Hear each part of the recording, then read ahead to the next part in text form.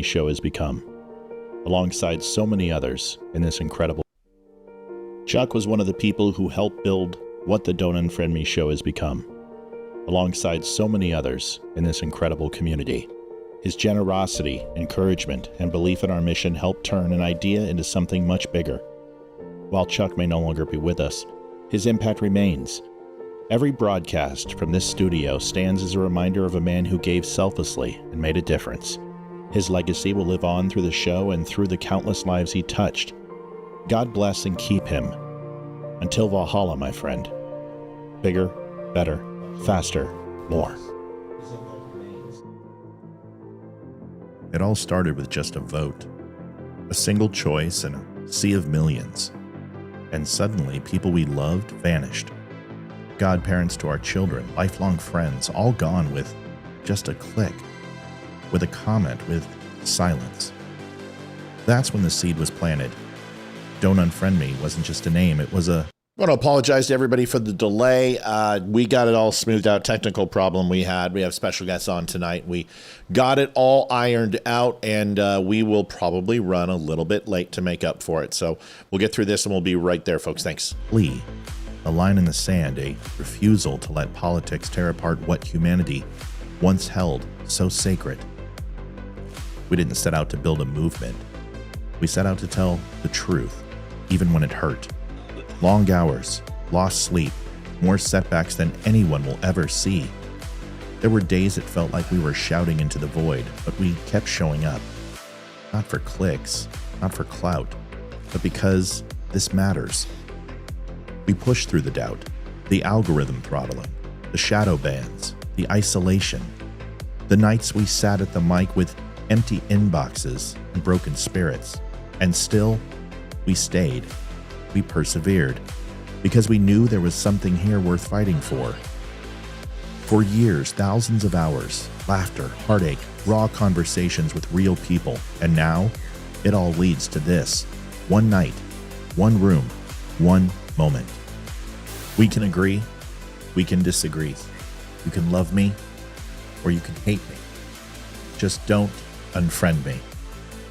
It all starts right now.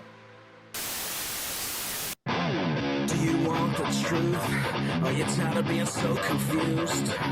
You feel like you're more fucked up than the lies on the evening news. Well, just step right in. We can talk about it all as friends. And if you want, we can hug and kiss and make up like we're all friends. There we go. Boop. What's up, everybody? It's Ryan Weaver. I am on the Don't Unfriend Me show, otherwise known as The Dumb Show, with host Matt Spear. You guys can find the show at The Dumb Show on social media or thedumbshow.com.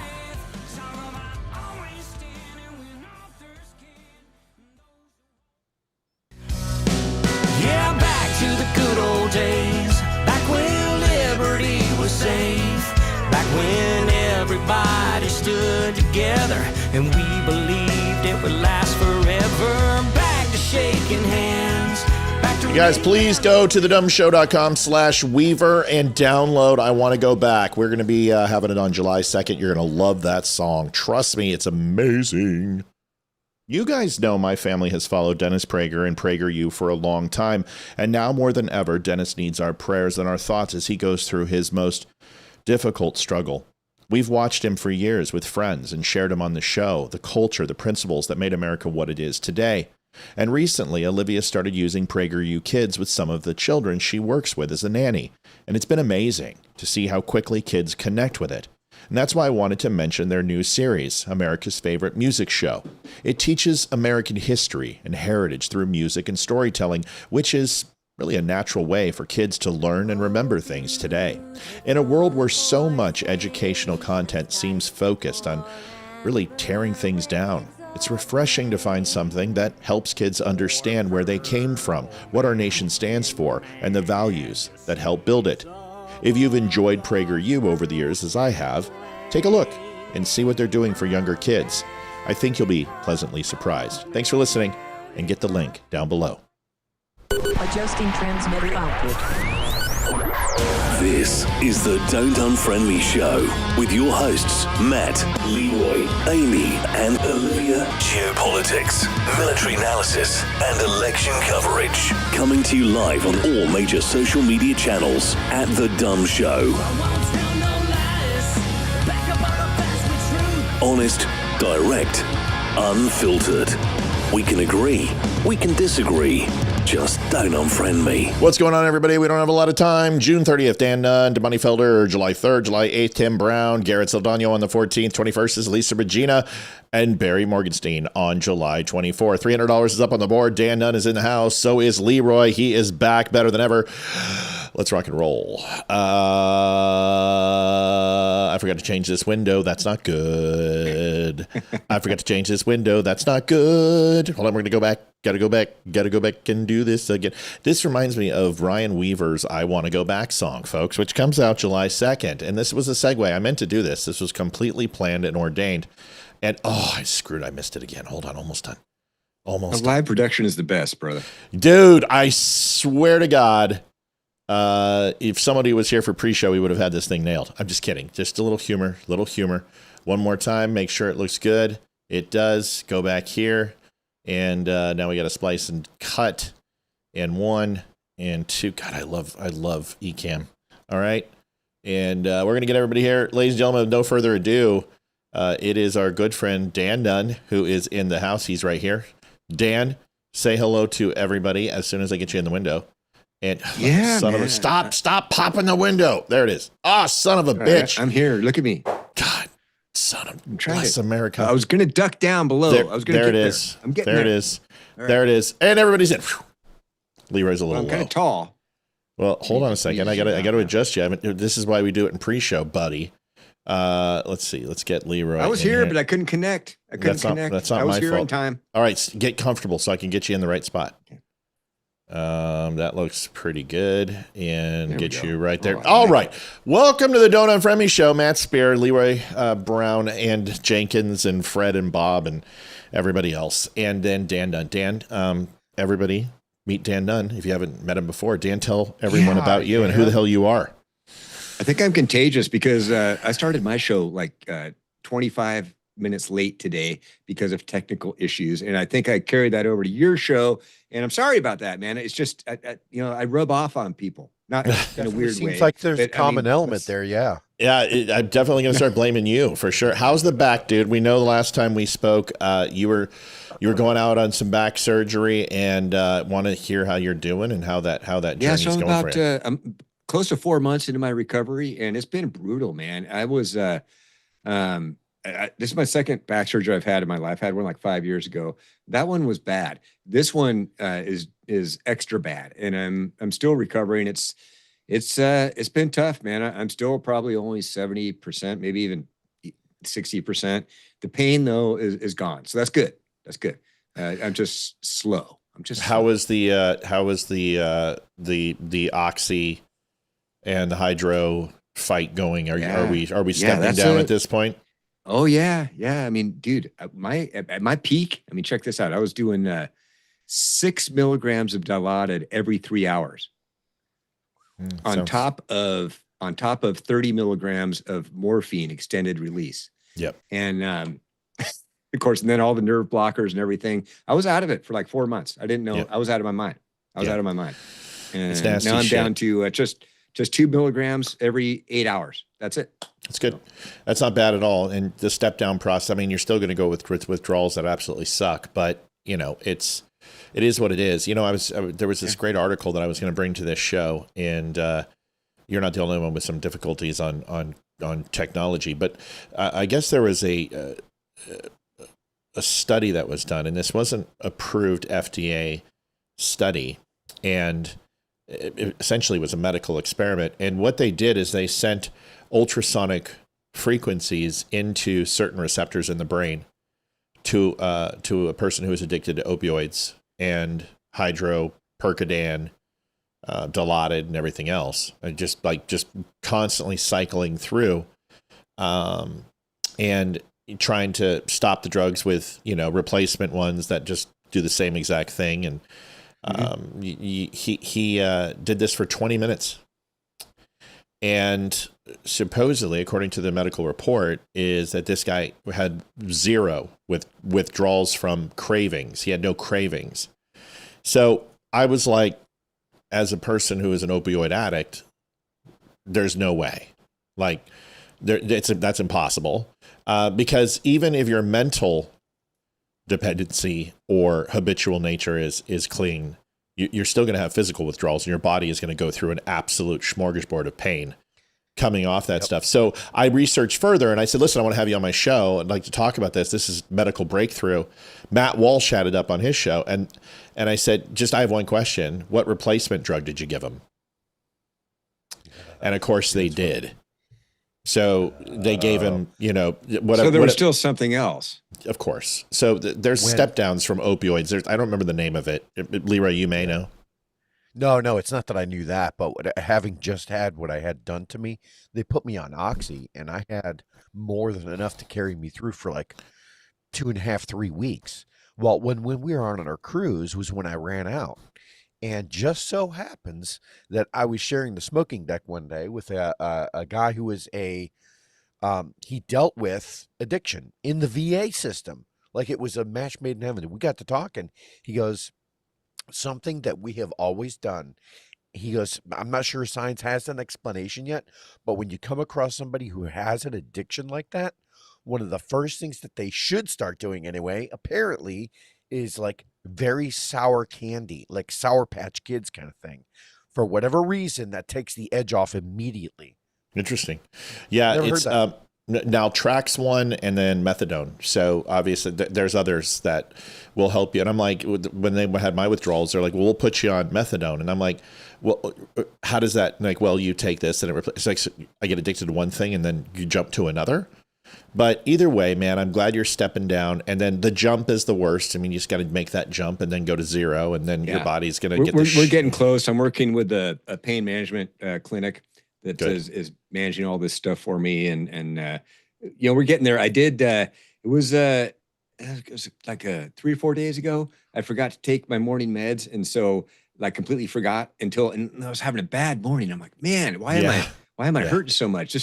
This is unusual. I'm just like, oh, I must have slept weird or twisted something. And it just kept getting worse and worse. And then I realized, oh, shit, I didn't. Yeah. And so I went 16 hours without. Good. That's when I realized, I'm not ready for that yet. So. No, you're not. And the thing is it doesn't matter.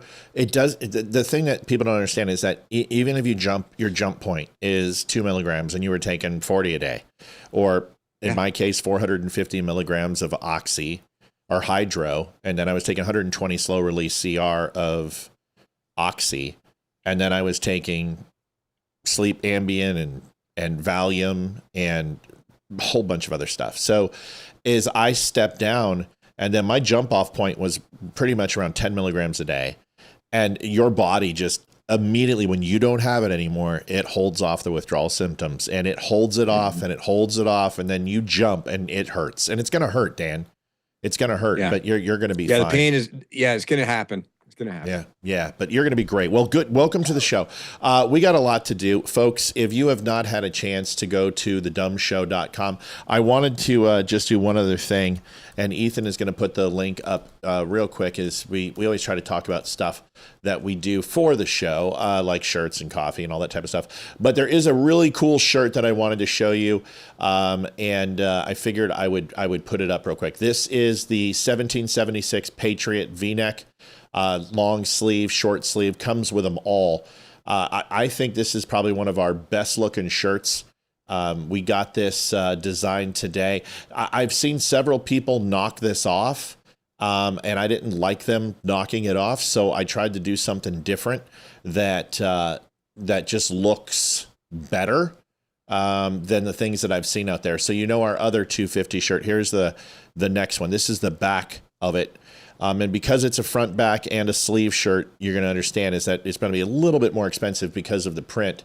But I will tell you, these things are awesome. We got them all in everything. We got them in long sleeve, short sleeve. But here's the front. This is what makes the shirt. It is I think kick ass. It is a 1776 2026 Patriot shirt with an AR-15 Patriot on the front. So that is available right now at the Don't Unfriend Me Show, along with our boxes and everything else. The link is going to be thedumbshow.com/250, and you can go look at all of our 250 celebration stuff. All right, boys, we have a busy day. Leroy, if you have a chance to push your camera down just a little bit or lean, I don't know, but you're super low in the shot, and I don't know why you're low in the shot, but I'll sit up. At any time, that'd be awesome. All right, so let's rock and roll. It's been a busy day. We can start with the SCOTUS decisions, voter ID. So let's just do a pulse check. Let's start with voter ID. I'm going to say the following. We are not going to have voter ID passed in this version of our Congress. I don't believe it makes it across the finish line. It doesn't matter. It's not going to be ready anyway for this election at this point. Republicans have completely given up. I feel that they have just let the Democrats continue to walk all over them. And this SCOTUS ruling is probably going to incentivize them even more. And the one decision that the SCOTUS made when it came to Citizens United and speech being money, you guys know I'm completely against this, really helps the Democrats as much as it helps the Republicans, because now corporations can dump more money than they ever have into political action committees. So Dan, I want to get your thoughts. Where are you at currently with voter ID, with SCOTUS, all of that? And then Leroy, you can chime in too. Go ahead. You know, I'm with you, Matt. I don't think it's going to get done because we don't have a leader of the Senate that's willing to go through a talking filibuster, and it's something that should be done. It's something that they should have never gotten away from that to begin with. I mean, that's how it was designed to be done, and they just refuse to do it because they're too busy with their hearings, their committees, and their self-importance and all their bullshit. Oh, and let's not forget their vacations. They got to have their vacations too. So we're going to take off for a couple of weeks. We're going to come back for a couple of weeks. They're going to take off for their 6-week August recess. And it's like, really, people, come on, man. You're there to serve. I think maybe you forgot who you work for. And it's unfortunate because that's not how the system is supposed to work exactly, but it's not how the 14th Amendment was supposed to work either, to allow people to just drop into the country and drop a baby and then have them be U.S. citizens or dual citizens for the rest of their lives. That's insanity. It just, the fact that they let this happen, and Alito had a great dissent.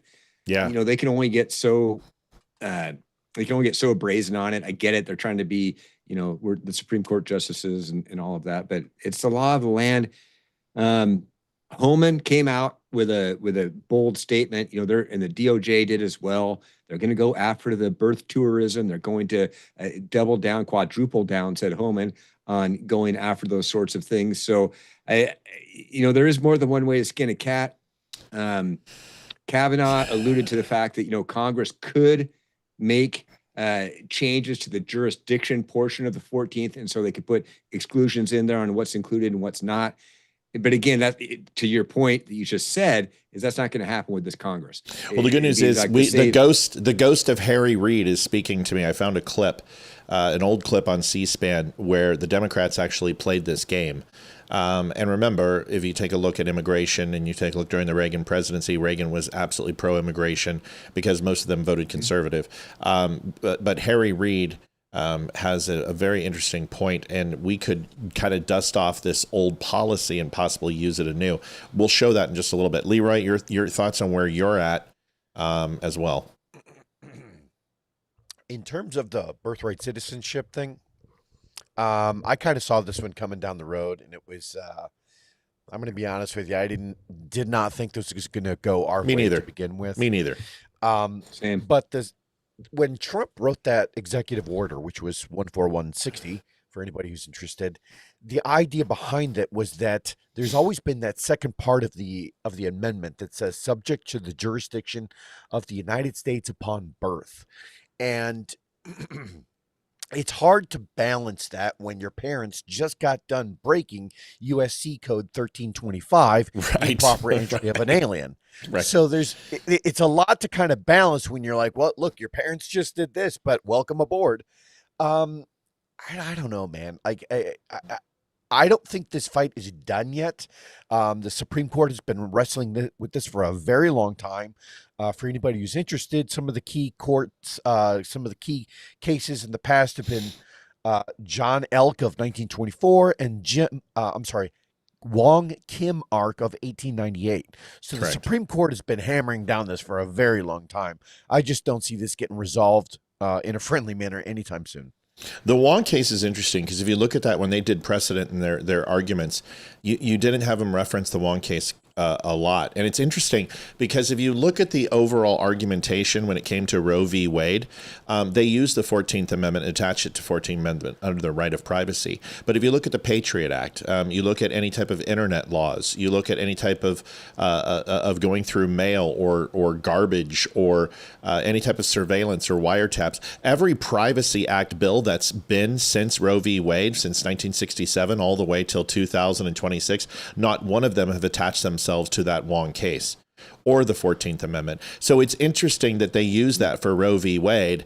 And then in this case, obviously, abusing the 14th Amendment yet again, you have to, as a Supreme Court, we have the Supreme Court right now. And if there's any way that we hold on to the House or the Senate, we're not going to hold on to the House, but if we hold on to the Senate, thank God, please pray that we do.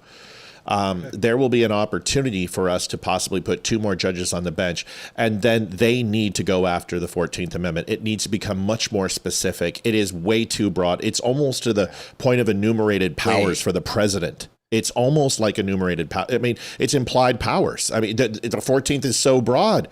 They put it on everything, and it's the Democrats' go-to. Dan, go ahead. Well, I mean, and technically, you're right, Matt. Is that the way it's written and the broadness is there, maybe they did interpret it right. If they're interpreting it literally and not taking into consideration all of the surrounding minutia around it, maybe they did make the right constitutional decision because it was too broad, like you said, and that needs to be fixed. Well, here's the thing: this was the right decision. It's not a good decision. Technically. It is. Absolutely. So if we're rating this as an ice skater, the technical proficiency of the ice skater was a 10. The overall performance and the routine was like a 2. Because the thing is that if the president has the power to write an executive order and can literally change the Constitution, what happens when we get Democrats in and they're like, you know what? I don't like this dissenter. I don't like this person who's talking bad about me. This newspaper, we're just going to go ahead and write an executive order and remove the First Amendment to these people. Well, you know what? I don't like the Second Amendment. Let's go ahead and remove Virginia's right to carry, even though they're probably going to do that themselves. But the point is that from a technical standpoint, the right decision was made because the president shouldn't be able to write an executive order that overrides the Constitution of the United States. The bad part is the Constitution of the United States is wrong. Well, I think the intent was right. They didn't foresee, what would happen in the future and they would be abused the way that it is, right? Well, it's not even that. They did, and that's why they went ahead and have amendments, right? So they gave us the power of a 2/3 majority or a 3/4 majority to change a current amendment. That would be 75% of the states have to agree. What they didn't foresee is that we would be in this party politics of gridlock. We would lose our Christian values, and we would ultimately surrender our borders to foreign nations. That's the thing that they couldn't understand. Especially, can you imagine if the founding fathers were somehow with some smelling salts and a space heater resurrected and we're like, listen, we want to catch you up. England is no longer in power. We won. However, Europe is being taken over by Muslims. Remember the Barbary pirates? Yeah, they're coming here. And so the Spanish-American War, yeah, that's over. They're all coming. We bring them in now and we're being they're replaced. Not just coming here. We're bringing them here. Yeah, we're bringing them here. 10%. Oh, and by the way, just one last thing. I'm sorry. I apologize, Mr. Jefferson. 10% of babies born last year in the United States were born from foreign nationals or illegals. But we just wanted to let you know. Yeah. Holy shit. Yeah. To say nothing of what they would have thought of the 16th Amendment. Oh, right. So this is where we are. So I'm glad I'm not the only person I'm not black pilling. I've been here for 35 years. Okay. I'm not stupid. I'm a Republican because I know the other side is evil. And Republicans are just feckless and don't do anything. But at least they're not trying to destroy the Constitution. Liberals want to destroy it. Here's a video of why voter ID won't pass. Here's Ayanna Pressley. She completely just lies about voter ID. And then I'm going to show you a follow-up video which shows what the American people think about voter ID. Folks, please do me a favor and share the hell out of this show. It's going to be a good one tonight. You've got 3 people in here who all have an IQ prerequisite to be sitting in the chair, and it should be a fun one. Here's Ayanna Pressley lying on voter ID. This administration is always a solution in search of a problem. It is already illegal for undocumented people to participate in our elections. All this bill would do is make it more onerous and create greater barriers to the ballot box. And as you said, everything always comes back to that for this administration. They know that their agenda is unpopular. They know that they haven't kept one promise to the American people. And the only way they can run is to rig the elections, either with, racial gerrymandering of districts, or with passing things like the SAVE Act, which would disenfranchise, women voters, rural voters, military voters, because it would say that a real ID and a state ID are not sufficient forms of identification to vote. Instead, you would need a passport or a birth certificate. And so this stands to disenfranchise millions of voters. And it's one more step, Rev, in their anti-freedom agenda. 16 lies. 16 lies in under 2 minutes. I don't, that's got to be a record. Does she actually believe that shit? Almost What do you certainly think? she doesn't, is my guess. It's one of the talking points. She was handed a script and says, Yes. go with this. Yes. Yeah. I think that most of the people that are pitching that kind of crap, they're smarter than that, but they still have to go along with what their party is telling them. Otherwise, they get. Well, hey, it's a big tent party after all. Oh my God! Can you believe they're using that?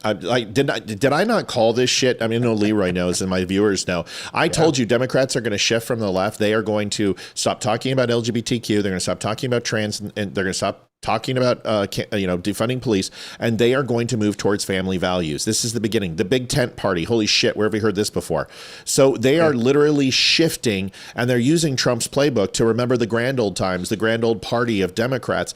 It's not going to work, because here's the next video. Voter ID, America wants it. And it's going to get to a point where we'll talk about this. It's actually 14th is now solidified as constitutionally protected for naturalization of birth. This is going to be a generational fight, y'all. This is going to be the new Roe v. Wade. This is not going to be something that's going to be overturned with a 3/4, 3/4, or a 2/3 majority. You can't. It's not even a 2/3. It's required to be a 3/4 because it's already an amendment, even to touch it. So the only hope that they have is to take very specific legalese and words saying the following, that any of these birthing tourists that are coming into our country, they have to focus on that, the legality of that, if they're going to get any legislation pulled through. But here's this absolutely just destroys everything Ayanna Pressley just said, every single word. Watch. Take a look here. Favorite photo ID to vote. 85% of white people favor it. 82% of Latino. 76% of Black Americans favor it. So the bottom line is this.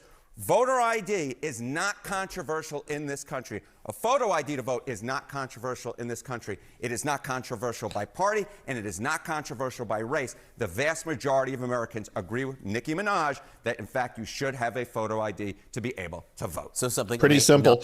Pretty simple. I don't understand what's so complicated about this for people, but folks, it's really not.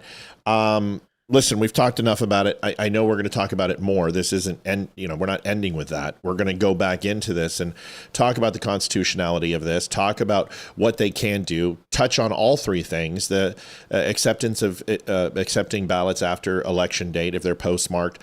We're going to talk about, obviously, the birthright citizenship and the naturalization of people. And then we'll also talk about Citizens United and the money going into the campaigns. Dan, you're going to have to call back in about 9 minutes. It ends in 10. Just remember that. You're going to have to just disconnect. How often is this? 45 minutes. Well, I've been here for 45 minutes already. 35 minutes. Nice. You will be in 10 minutes. Time is flying, man. In 10 minutes. In 10 minutes, you will be. DeSantis running or not? Here's the question. Ron DeSantis got into the 2020 for election, came in early. Now, I don't blame DeSantis for this. A lot of people hate DeSantis. They said that he had no right to get in. It wasn't his turn. It was Trump's. Well, first of all, Trump was an incumbent. That is completely unfair. We're not the Democrat Party. We don't assign conscriptions and we don't assign patents of nobility.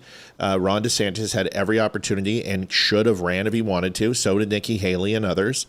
But DeSantis was really propped up by the billionaire class. Now, they went to Governor Youngkin first in Virginia because his star was on the rise. But he had a very bad midterm. I'll fight you on Youngkin because he's my governor and I know him personally. And but he said no. Right. Said, like, no, well, he didn't say no. He had a horrible midterm and we got cleaned in Virginia and they took the House and they took all the districts. And he's like, they're like, you know what? You just stay in the wings, kind of like they're doing with Spanberger. Congrats. Same thing. I know. So here we are with DeSantis. Is he going to run? Because Florida rocks, and Byron Donaldson is looking like he's going to be the person who is going to win, Byron Donalds. And DeSantis and Florida are crushing it in so many different ways, from a revenue standpoint, education standpoint, from crime, property values. You can go on and on. Here's Ron DeSantis. Listen to this, and then we'll talk amongst ourselves. To stand up for the taxpayer first and foremost, and that's what we do in Florida. So here's some facts. The state of Florida now has almost 4 million more residents than New York State does, yet New York's budget is over twice as large as the state of Florida's. New York City, with 8 million people, has a larger budget than the entire state of Florida, and yet our infrastructure is better, our roads are better, our services are better, and so these are choices. They don't respect the taxpayers in these places, and people have rebelled. Now, it's not just taxes. You have homeless problem. You obviously have had crime problem in some of these areas for a number of years. You've had Soros DAs. You know, we've had Soros DAs in Florida. I'm the only governor that's removed them from their posts. But it really starts with being a friend of the taxpayer. So we have no state income tax in Florida, which we're going to keep. We have a sales tax, but the necessities of life are actually exempt. So food, medication, baby items, you don't even pay sales tax on that. And so if somebody is struggling, trying to make ends meet, you know, we've done a lot to reduce the burdens on them. If you want to send your kid to college at one of our state universities, our in-state tuition is the lowest in the country, about $6,300, the same as the day I took office. The tuition hasn't budged, even though we've had inflation, you know, throughout the economy. So on issue after issue, we've stood for people that are working hard. We respect the taxpayers, and the proof's in the pudding. How can you possibly argue that it would be okay to have a budget twice as large like New York State, given the results, the substandard results that they have? It's a choice of how they're treating taxpayers. So some topics real quick. People were saying, hey, we don't want Byron Donalds because of data centers. I have a feeling that Republicans are in on data centers. They're not going to fight this fight. They want the jobs. They don't care about what happens to these local towns. That's a state issue. If Donalds wants that, he's not going to get that without legislation. And you guys are just going to have to fight that. The thing is you're primed with Republicans. Democrats aren't going to sneak it in. So it's going to be a GOP failure and a citizen failure more than Democrats wanting it. It's going to happen. It happened in Virginia. It's going to happen all over the United States, unfortunately. It's the new agriculture of this generation. Leroy, your thoughts on DeSantis? Is he going to run? Do you think it's a good idea to run? Rubio and Vance. Vance had a great conversation with Bill Maher. Bill Maher's like, dude, I'm telling you, if this shit doesn't stop, I'm voting for you or Rubio. And Bill Maher said that live. I saw there's a lot of Democrats who are like Stephen A. probably in the same camp. Yeah, there's a lot of them. So Leroy, your thoughts, and then we'll get Dan's. I think what DeSantis brings to the table is enough of a contrast, and if he goes this route, if he decides that he's going to want to run, sure, use New York, but the real key there, if I were a Republican strategist, I would make sure to bring up the contrast between Florida and California, that has the most illegals in the state, the most welfare recipients, the most homeless, the highest sales tax, the highest gas prices, the highest cost of electricity, property tax. If you can, all of that.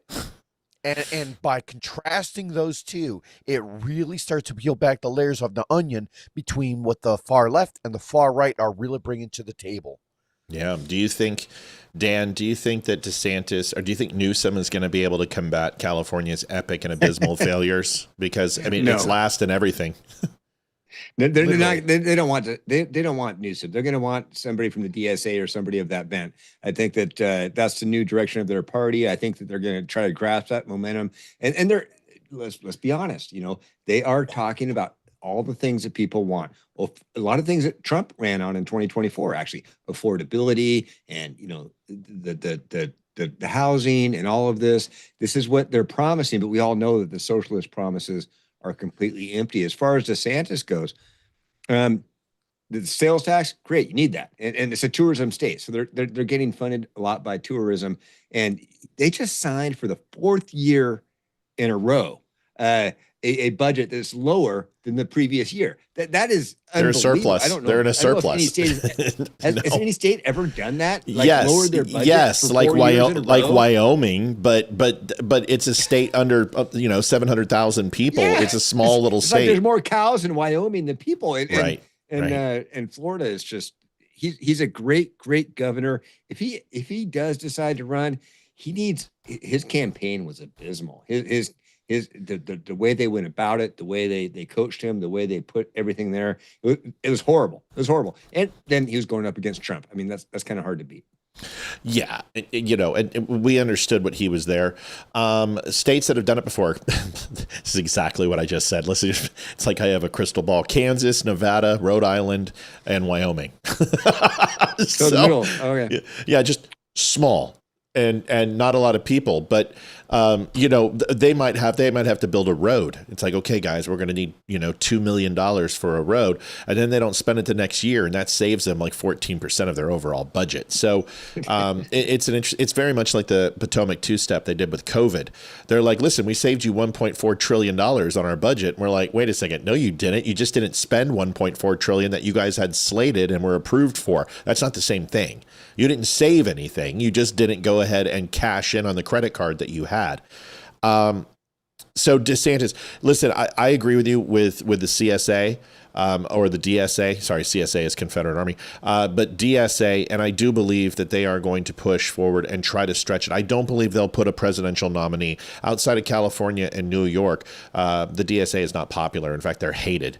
But I do believe they would do it in a vice president. And Spanberger comes to mind. They really want Spanberger. They are putting her very Trojan. low key. Oh, she's horrible. She makes Gretchen Whitmer look moderate. So he just passed a law, continuing her assault on the Second Amendment, They blocked it. Required to have locked firearms in your homes. Keep them away from children. How about you just teach your children respect of firearms? Because I don't think on Little House on the Prairie that people were, locking their firearms away. And I didn't see anybody killing people. How about you just raise your kids properly, teach them to respect firearms, that sort of thing? Because you know what the next thing is? It's going to be now you have to keep your ammunition separate from your firearm, which makes your personal protection useless. Yeah. A couple of years ago, I didn't mean to go there. That was just kind of a segue. Go there. A federal judge just blocked it, by the way. They just blocked it. So that's the good news. Oh, they did? Okay. It did not go into effect. They just blocked it yesterday morning. Go ahead, Leroy. All right. A couple of years ago, there was a video of AOC outside talking to a group of people, and she was talking about the AR-15 and this kind of thing. Yeah. And basically saying... Because she knows all kinds of stuff about it. She does. Basically saying that that she wanted the state to have the ability to walk into your home and check to make sure that you were storing your gun correctly. Colion Noir was the one who originally found that video and dug it up. And I say that because it's a common theme for the left. They have to go that route in order to appeal to their base that says, oh, yeah, we want to kill all the AR-15s. That's why, who's the guy who's the burglar in Texas? The drunk, was he? Beto O'Rourke. Yeah, Beto. Prime example. Hell yeah, we're going to come take your AR-15. That guy. And so, yeah, I think that they have to throw that window sign up in order to try and pull votes, but I don't think it's going to work. Yeah, it's ugly. I got to send Dan the Zoom link because we couldn't get him on Ecamm. Let's do this. Let's go ahead and, folks, just FYI, thedumbshow.com/donate. We're at $0. We know we have an exciting guest, and it's very, very fun to have Leroy back. But we can't forget to donate to the show because without you, we can't provide the show. So we need your help. If you don't mind, $1, $5, $10, doesn't matter. You ask yourself this: if you watch 40 hours a week, 10 hours a week, what's that worth to you? What's your job worth to you? Every do you watch dollar Netflix? makes my voice that much smoother because right now I sound terrible. And God doesn't kill a puppy too. So Dan's going to call back in. We'll get this going. But I wanted to hopefully get Dan to call back. Come on, Dan. We got to go, buddy. Click this one. I'm trying. There he is. Look at that. That wasn't too bad. Jeez. What were you saying? I said I didn't realize about his back. I didn't know it was that bad. Oh yeah, dude. Yeah, that's why I went on his show and covered for it. And then I was like, I just can't do that, because his show runs right up against mine. And preparing for this show, let alone. Yeah, you are. It's getting there. It's got to take a second. Try the camera again. Gotcha, Roger. I got your audio. You're sounding great. You sounding lovely. There's your video. There it is. Okay. That's not too bad. So instead of having a disconnect, what I'm going to do is I'm going to end it in an opportune moment. We've only got another hour or so, but we'll have to do it one more time at least. But we'll do it worry about it next time. So Seattle Ghost Town. That wasn't bad. I mean, just warn people, that's Dan had to go to the bathroom or something. I don't know. Dan had to color his hair. Yes. I had to check my firearm, make sure it was secured in the safe. It's funny you say that because my kids, they treat a secured right here. That's where it's secured. Well, it's always on my hip. I've got one in the shower. See, because it's not the first, second, third floor. It's not when you're in an office somewhere. It's the most inopportune time to need to use your firearm is when you're sleeping or in the shower. And I can't tell you how many people do not have a firearm in the shower. And I'm like, dude, that is where I'm going to get it. I'm going to have one in the shower. Now, people are like, well, how do you do that without rusting? Well, you there's protective cases that you have and it doesn't drop water on your firearm, but you should have one in the shower because what are you going to do? Somebody comes in with a knife, with a baseball bat, with a gun. You're going to fight them. First of all, you're naked and then you're unarmed. So I got a pretty big stick, I'm going to fight them. Well, but listen, first of all, you have about 2 seconds because when they look down, the shock of the size and girth of it is going to you're going to have a moment of opportunity. You're going to have a moment of opportunity. Yeah, you can slap them with it. Right. Big old purple-headed marshmallow tattoo on their head. All right. No, you saw that coming. This is a dude show. Where's Olivia? Come on. Oh, she's pretty lowbrow too, bro. She's gotten dirty lately. She's also loosening up, which is great. Seattle Ghost Town. Let's watch this. Shopping in Seattle is not what it used to be like. This right here used to be Old Navy, now it is gone. This used to be Anthropology. All the shopping right here is gone. This used to be the Loft. That corner right there used to be a big Starbucks. This used to be the Van store. I know that One Starbucks. Of the best smelling stores in Seattle, Abercrombie, used to be right here. Macy department store is no longer here. It used to be right here. Prime That's because retail Macy space sucks. right here in Seattle, nothing's in it. One of the thriving businesses in downtown Seattle is the smoke shop. Pike's Market is directly behind me.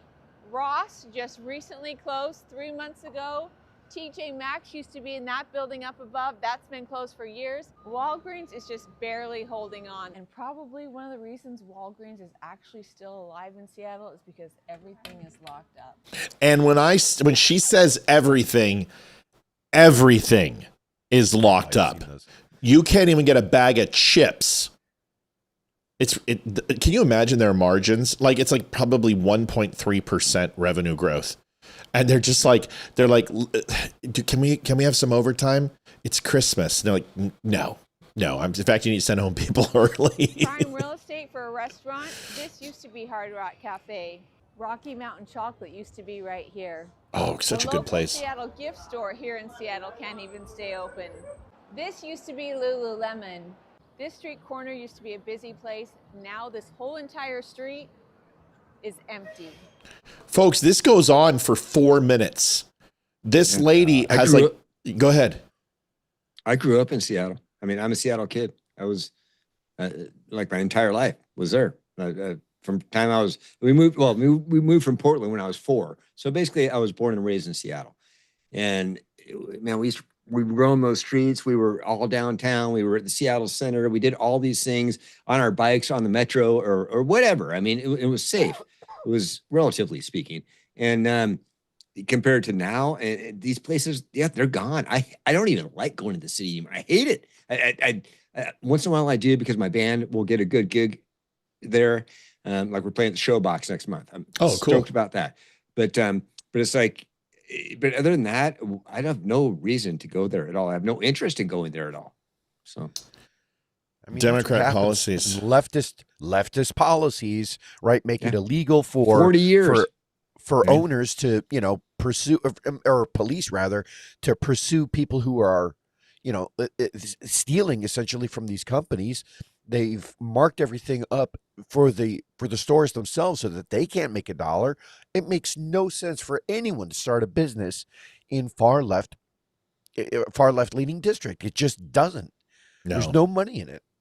Yeah, but the margins in retail are so small anyway, and this is what kills them. Is that people don't understand is every $10 or every dollar you make in retail, you have to spend 10. And you're like, wait a second, I don't understand that, and it's because of theft. So it's not every dollar is assigned with 10, but it is a 10-to-1 ratio. Shrink and swell are the two killers for any corporation. Swell gives you a false bottom, and shrink obviously is it's $10 to replace every dollar lost to shrink. So the number one controllable shrink multiplier in retail is actually payroll. Payroll theft is the number one theft in all retail environments, hands down. There's more payroll theft than physical theft. And second to that is obviously shrink with improper inventory counting, mishandling product, and also theft. Most corporations, like if you take a look at Apple, I don't know if you guys know this, but they don't alarm any. Oh, donation in by Joanne Townsend, $30. Thank you, Joanne. Thank you, Matt. Welcome back, Leroy. Welcome, Dan. Thank you so much. Thank you so much, Joanne. But Apple has a policy that if you go in there into their stores and they steal product, you don't stop them, you don't accost them, you don't do anything, you just let them steal. There's a video on Bakersfield, California, the Valley Plaza Mall. We opened that store. In fact, the inner workings of that store has my signature on the inner wall along with about 175 other employees when we opened that thing. I mean, from dollars to donuts, I took that store from finding the location to opening it. You'll see within a couple of weeks of our opening, we had that Apple store, and a gang of 30 guys came in, and they took every iPad, every Mac, every phone, and that cost the company probably $27,000, $28,000, $30,000, $40,000 in product went out the door. And Apple, with all their stores, that is 0.0000000000001% of their business. They don't care. But for Walgreens, they can't take that type of hit. They can't take that type of damage. Thank you, Catherine Sidman. Yeah. We appreciate you. Catherine, you get the chicken. Oh, dude, you're going to do that every time from now on. And you need to send me one. So go get me a chicken so we can choke the chicken. I will do that. That's like group. I don't know. That's a group choking. I'm not into for group choking. Private choking. Self-choking, always have a friend. Always have a swim buddy. Battle buddy, swim buddy when you're choking. You don't want to end up like David Carradine. I mean, that's right. Naked in a closet with your dick in your hand. Not a good look. You know what I mean? He definitely walked the earth at the end of that one for sure. Ariana Wexler. I'm going to try to get her on. She's a comedian. Hey, listen, people said you can't get Ty the Fish. She's funny as hell, dude. Yeah, Ty the Fish is coming on. Did I tell you that? He's going to be on in 2 weeks or so. Yeah, he's doing his European tour, but he's huge. But Ariana Wexler, she's starting to really hit. So we're trying to get her on too. Donation from Angela Hills, $25. Thanks, dummies, for waking up to get you started from sunny Ventura. Thank you. There's the chicken every time, bro. I love it. Is that a scimitar on his neck? Please show me.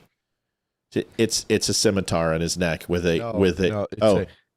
It is. It's a scimitar. Yeah. Well, or a cutlass. A cutlass. He's a pirate. Cutlass. Sorry. I used this. I used this during cheap season. Yeah.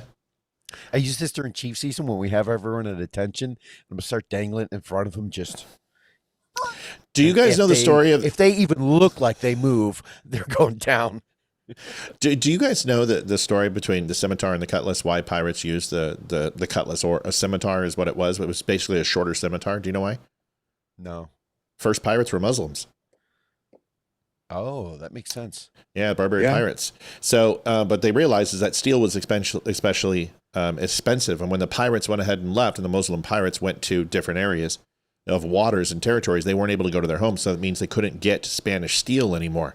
So it was very rare. So they would melt down and they would create the cutlass, which was just a smaller form of scimitar. So just a little history for you. Just something I read probably 30 years ago. It's always the fucking Muslims. Isn't it always? Here's Ariana Wexler. This is hilarious. Enjoy this.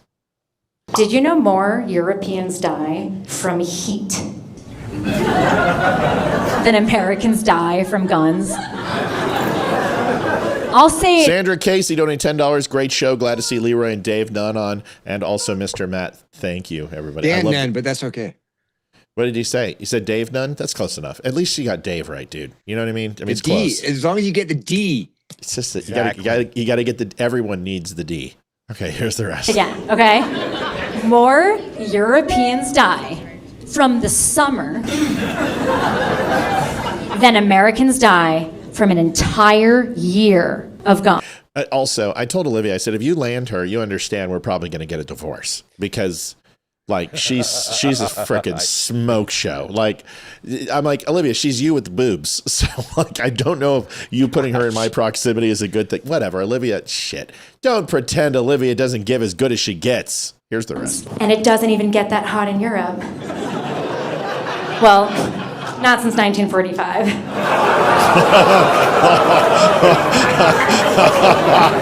Oh, shit.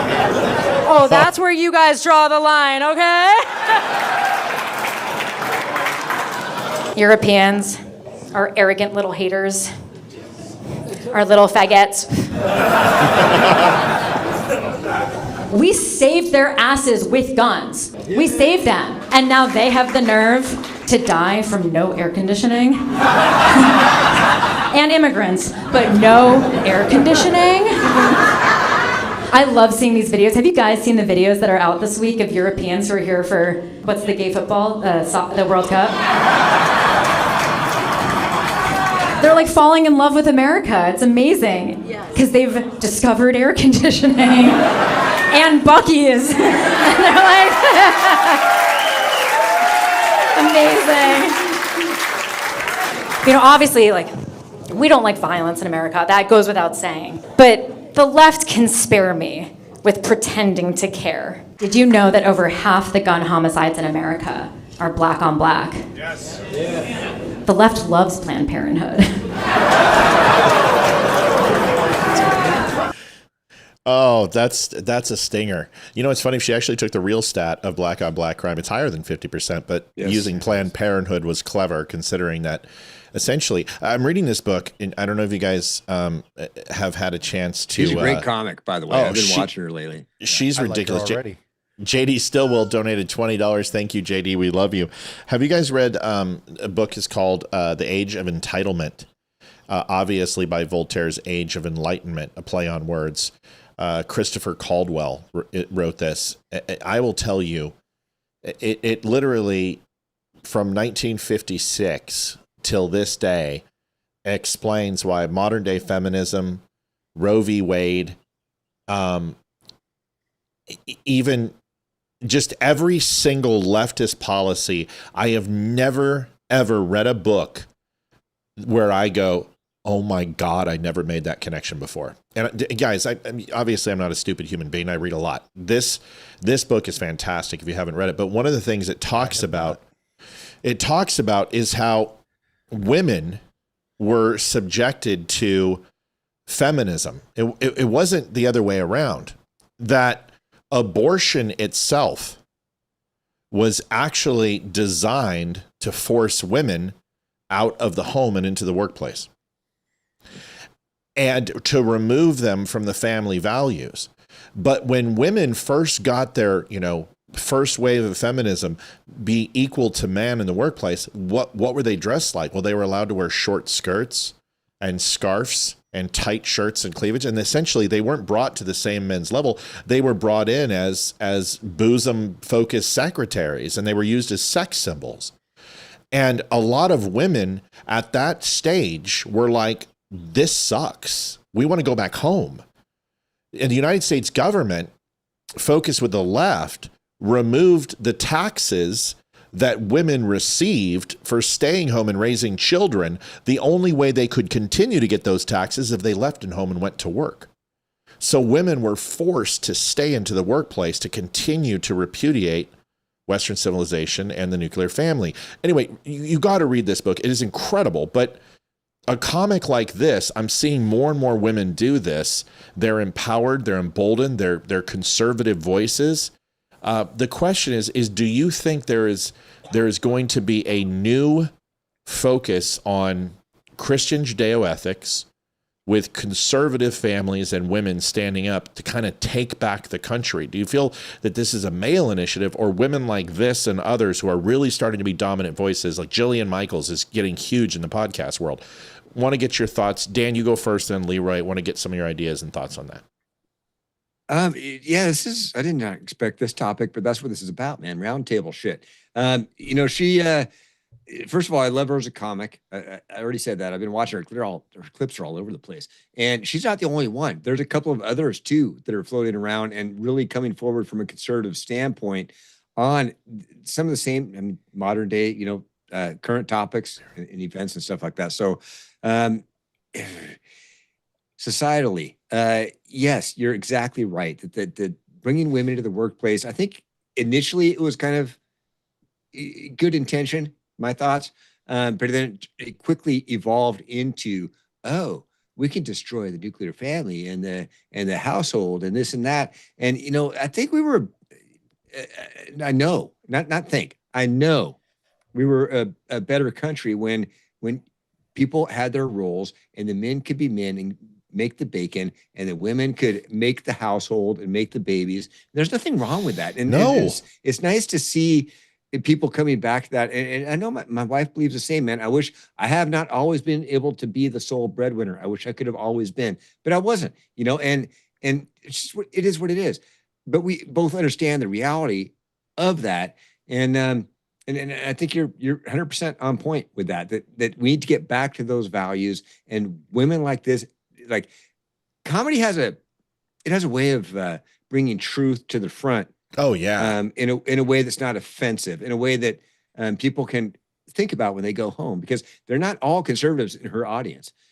And so when they bring these facts forward and kind of slap people in the face with it, they might kind of cringe when they hear it or whatnot. But maybe somewhere in the back of their mind on the car ride home, they're thinking about it. And that's a good thing.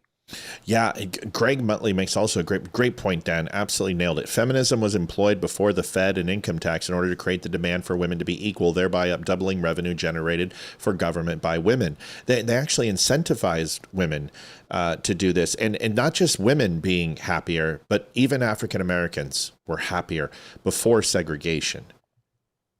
How can I say that without sounding like a racist? How can a person sit on a podcast and say, you know what, before segregation, black people were happier? Because here's the thing. There was only 13 states where the fight of segregation took place. The North and the other states, West Coast cities, East Coast cities, Midwest, segregation wasn't a thing, or they were already inclusively brought in. It was really the South, and those 13 states were resistant to it. So nationally, segregation wasn't a big topic. It wasn't a big issue. In fact, they kind of stood back and said, we don't understand what the big hubbub's about. But if you look at black families' income, if you look at their education level, if you look at marital statistics of staying in marriages longer than a year or 3 or 4, or not getting married at all, or having children out of wedlock, these numbers are staggering. I mean, you can look at black incarcerations. It's not that segregation was good. Nobody's saying that. What we're saying is that when you force blended societies together and said, you will put this person here, you created impoverished zones. White people fled those areas. They started busing their kids out of those schools, and you started seeing crime increase. And then it creates these impoverished zones, the modern day slave plantation in these cities. Segregation was responsible for the failure and the ultimate demise of African Americans in this country. That's not popular to say. And honestly, a lot of people would probably be like, I can't believe you said it. But it's the same thing happens with eugenics. The same thing happens with abortion. So the question is this. You're seeing black voters rise up with Donald Trump. You're seeing he had like an 8% uptick from 2020 to 2024. Are we seeing the transition that Ronald Reagan created in the 1980s, 1984, where Latinos and African Americans are going to make the switch to the conservative party? Is it a bridge too far? Do we think that the left has gone so far left that these groups are saying, wait a second, we've got to stop this? Leroy, you go. Well, if I could jump back from your last question real quick. Yeah. Something you had said in there, it made me dig up a statistic. It says that 42% of men ages 18 to 29 now say that religion is very important in their lives, which is a 14-point jump up from 28% between 2022 and 2023. So when we start talking about, comedians like her who feel a little bit more liberty, right, to start poking some fun at the left, maybe rightfully so. But beyond that, right, maybe to start establishing this pattern of a little bit freer thinking, a little bit, you can be critical of the government. You can be, have the nuts to basically throw some criticism down for socialist policies or things like that. So I loved her take on it. I love the fact that she's able to get people to start seeing a different perspective with a comedic flavor. And I think that's amazing. That being said, to answer your question, because we're seeing this uptick in men who are starting to embrace the idea of religion, what's always going to follow that is young women. Young women always. Who might, So absolutely, I see this as a good thing because at some point, all of these young women who are saying to themselves, you know what, my parents were kind of traditional. I think I'm going to go and try and hunt down a young man who's embraced religion, and maybe start a family. And if we go down that rabbit hole, if we go down that path, rather, right? Maybe I don't have to work quite as much. Maybe I can. And I'm not saying that women are leeches. That's not it. But you can see this thought process of maybe some more traditional family values taking place just simply with a comedic act, and I love that. Yeah, it is. And Ryan Samuels said he obviously guests on the show quite a bit. He goes, there needs to be an incentive for women to stay home and stay in the kitchen. I think that's a little excessive, but there should be an option where a woman says, like, she doesn't want to be a wife or doesn't want to have a kid. Yes, we agree. But also, maybe you don't want to work. And if you don't, then we should incentivize kids being stayed home for school, women staying home and raising a child in a family. Imagine what that does to the GDP. Imagine what that does to overall incentivizing more family, more growth, and people to stay together. Because not only do they become dependent upon a salary outside of the workplace, what's even more is the interdependency of a woman in a home. That is even more expensive than a job. Daycare, the rearing of a child, food, all of it, the transportation. It is so expensive that it's actually cheaper for a lot of people to stay home than do that. Dan, put a bow on this for us, what we missed, and then I want to show you something also about another topic on this. So we kind of went back to the family thing versus the segregation thing, and that's fine. And I think that Charlie Kirk, when you talk about young men and women, I don't even think we've realized what was taken from us yet. Oh no. It hasn't even been a year. Yeah. And you're already starting to see, turning point, love them, support them always. But it's not the same. No, it's not. It never will be. And it never will be. And you had a generational talent, man. The guy was on fire, and he had a way of communicating with people. You know, he was the RFK, he was the Reagan, he was the Trump of the young generation. He was the guy who could get that message out, and people would actually listen to him. And it's sad because he was delivering that exact message of, you know what, there's nothing wrong with men earning the bacon and women making the house. Yeah. And there's nothing wrong with that. You know, segregation is a funny thing when you, real quick here, because I know we got to bounce to the next segment. Take your time. But, Take your time. No, we don't. But Dan, when I was a kid, it's our show. Remember Take your busing? time. Yeah, I do. Remember busing back in the day? We're all about the same age. And they started busing kids in and out of different neighborhoods and this and that. Yes. And I was a busing student. I got into a lot of fistfights. People came into my school and we didn't agree and this and that. But a few of them I made friends with. And they were from Rainier Valley here in Seattle, which is a notoriously gang-ridden area and a minority area. And I made friends with a couple of them. And I would ride the metro to Rainier Valley by myself as a white kid, like 13, 14 years old. And what happened, it was sad, man, because I love this dude. I thought he was my friend. And turns out one day I came home to my parents' house. I was a latchkey kid, and the door was wide open after school. And I go inside, and they'd robbed my house. And it was like, what in the actual fuck is this? We brought them into our neighborhood. We made friends with them, not because of their skin color, but because of where they were from. Right. And they ripped off all my parents' jewelry. They took a couple of my guitars. It's like, what is this about? You know, I don't know. It's just, I don't know how that relates exactly, other than the fact that it was involved with segregation and the busing and all that. It was bullshit, is what it was. Yeah. And it's just, can we? I hate to say it, but I mean, can we really fucking coexist like that? We are wildly different cultures. Yeah. Well, you know, it's a really good question. Do I believe blacks and whites can live together? Yeah, of course. Yes. Of course we can.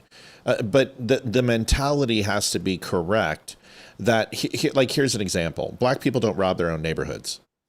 No, there's a reason why. Well, they'll burn them. Well, right, but that's a completely different situation. And usually those are people who are out of town who are bussed in to do that. Speaking of busing, but if you take a look at it, militant groups have always done that. If you take a look at what, and I'm going to buy you each a copy of this book, but it talks about all this type of stuff. But if you take a look at culture, what is culture truly? Well, culture are consistent, identify. Man. Remember this: VBBN, values, behaviors, beliefs, and normals. True, and in a simple sense, absolutely correct. VBBN, but also a mutual and usually tribal or ritualistic structure that is recognizable by the people who are a part of it, and an ideology. And it's a shared common belief or a shared common goal, but that's culture. I don't think black culture and white culture are extremely different. I believe that it has to be, it's more granular than that. I think it comes down to, if you're a patriot, I don't care what nationality you are. If you have faith in country and faith in God, that trumps all other cultures or ideologies. And it's the one thing that allows people to coexist. And we've seen that. But when you have people who repudiate those type of things, who hate their country, or fearful of the police department, or believe that crime is the answer, it's not a culture thing. It is absolutely a difference between what is right and what is wrong. I've been in those neighborhoods, just like you. I grew up in Ventura Avenue. Predominantly, my school was black and Mexican. And the only reason I didn't get my ass kicked is because all the amigos worked for my dad at the golf course because he was the golf pro. And I was protected on high. But there was a definite difference between culture versus, you're a white guy, you're the fucking devil. And that's what comes into it. I believe if people have been indoctrinated, if they buy into the racist stereotypes that all white people are evil, that is what is the dividing us versus you like rap music and I like country. Go ahead, Leroy. Well, my question for Dan, and I'm not accusing, I'm not attacking, I'm definitely not doing any of that. But my question is just, why do you feel like the two cultures can't coexist? Is it because your family got robbed? How do you know that your family got robbed? Was it because they were white, or was it because they had stuff? It was definitely because the different cultures were different. I mean, it was Rainier Valley versus Olympic Manor in Seattle. I mean, they were two completely different things. It might have been a value thing and not a racial thing, but where is that line? Yeah, where's that line? Because when you look at the neighborhoods, when you look at what's going on, when you look at, I mean, when I look at a Waffle House, when I look at the people on Carnival Cruises blowing up their fucking lines, when I look at the people that are destroying stores and going and stealing things, all the viral videos you see, I don't see a lot of white people doing that. And that doesn't make me a racist. That makes me an observationist. And so when I see that happening, I think that, well, obviously it goes back to what Matt was saying, is the family. You know, there is no family. There's a lot of fathers. 70% of black communities children live in a fatherless household. Home. That's insane. Yes, that's fucking insane. Yeah, or they're in jail, and that's the truth too. Yeah, and so is it can we coexist? It's not it was a question. Can we coexist? I think the answer to that is yes. The solution to that, though, is it's how. I mean, you just said it. People who behave like fucking animals when they go into a Waffle House or a Carnival Cruise Line or whatever. How do you do that? I don't know, because I have respect for the rule of law and common sense and culture and behavior and courtesy, and some people don't. My observation is the majority of those people are of color. If someone wants to call me a racist because of that, fine. I don't think it's true, but it is what it is. This is Overton window shit. Maybe I've stepped way out. I'm probably going to lose thousands of followers right now. I don't give a shit if we lose followers, because this conversation needs to happen. Hold on. This is an Overton window subject, right? So this is what this show does. Some lady today came up to me on Facebook. She didn't come up to me, but she said on Facebook, and she goes, listen, how can you talk about late-term abortion? That is so insensitive to the very few people who do it. And I said, it's interesting. You want to talk about unarmed black shootings, but that only happens 13 times a year. So I don't care about your appeal to emotion. Maybe you guys shouldn't murder shit if it bothers you. Maybe you shouldn't murder children. If it really bothers you this much to talk about it, then maybe that's the lesson in this whole thing. I don't think it's racist to say this. Listen, black African Americans own 51% of the crime and felonious crime in this country, yet they only have 16% of the population. We're told that that's racist. It's a white talking point. No, it's called a fact. But this is where I go back to race. Your home was robbed not because it was the most wealthy. You were robbed. I absolutely believe it's because you're white, because the stereotype is, and the thing that's being sold and the indoctrination is not because you're a white person with more pigmentation and less melanin in your skin. It is that you're wealthy, or you're the reason that they're not. And that is what I'm talking about. It's the ideology. It's the woke mind virus. It's the DEI. It's saying that white people oppress everybody. When honestly, you cannot tell me that in 1967, America is more racist than it was in 1967. And if you do believe that, then please give me the systemic policy that says that. Leroy, put a bow on this, and we got 10 minutes for you to refresh, Dan. And again, my only question to this was, how do you know that you were being robbed because you were white, or was it because you had? It'd be like asking, all right, because they spray painted on my mom's living room, you white fucker. No, I was like, well, that explains it. Well, there you go. You might want to lead with that next time. No, go ahead. No, but in my example, I was thinking, all right, well, what if there were 3 Mercedes and 3 different driveways, but only one of them was a White House, and is that the one that they took, or would they have taken all of them? You know what I mean? Like, yeah, but that's the point he's trying. But we're going opportunity. But we need to go I can tie deeper. This together. I can tie this together. All right, do it. Do it. Everybody here is right. Is that because I don't think these people were consciously thinking, I'm going to go after this guy because he's white, but their culture raised them to believe that subconsciously that people of less pigmentation were privileged and had more stuff. So therefore, I'm entitled to some of that stuff. It wasn't necessarily a conscious decision. Hey, I'm going to go after Dan because he's white. It's like, but somewhere in there, something was planted that made them want to commit a crime against somebody who they felt was more had more privilege or had more things than they did. And but somewhere in there is color is definitely important. Of course it is. Why? I asked the question again that I led with. Why didn't they rob the black neighborhood? Right. Yeah, there's people that live in their neighborhood that have nice things. Why not rob the black neighborhood? Well, because there is a culture of, I'm not going to rob my neighbor. This is friends. These are family. These are people I care about, versus this person isn't. The first presumption of going into his neighborhood was based on race to begin with, because they decided not to go ahead and violate black neighborhoods where they live. And this is okay because white people do it too. White people don't rob their own backyard. I used to do graffiti art in California. I used to run with all the Colonia Chicles and the Ventura frickin' Serrano's 13 gangsters, and we used to go tag shit. I'm talking bombs, like really nice graffiti. It's where I get my art from. And we would never tag our own neighborhood, ever. We'd always go into other neighborhoods and do it. So my point is that race has something to do with it, because everybody makes things about race. It isn't about, oh, I'm going to go into this house because they have a Mercedes. It's because they're not in my neighborhood. My neighborhood's predominantly black, and I'm going to go to the white rich neighborhood and steal shit.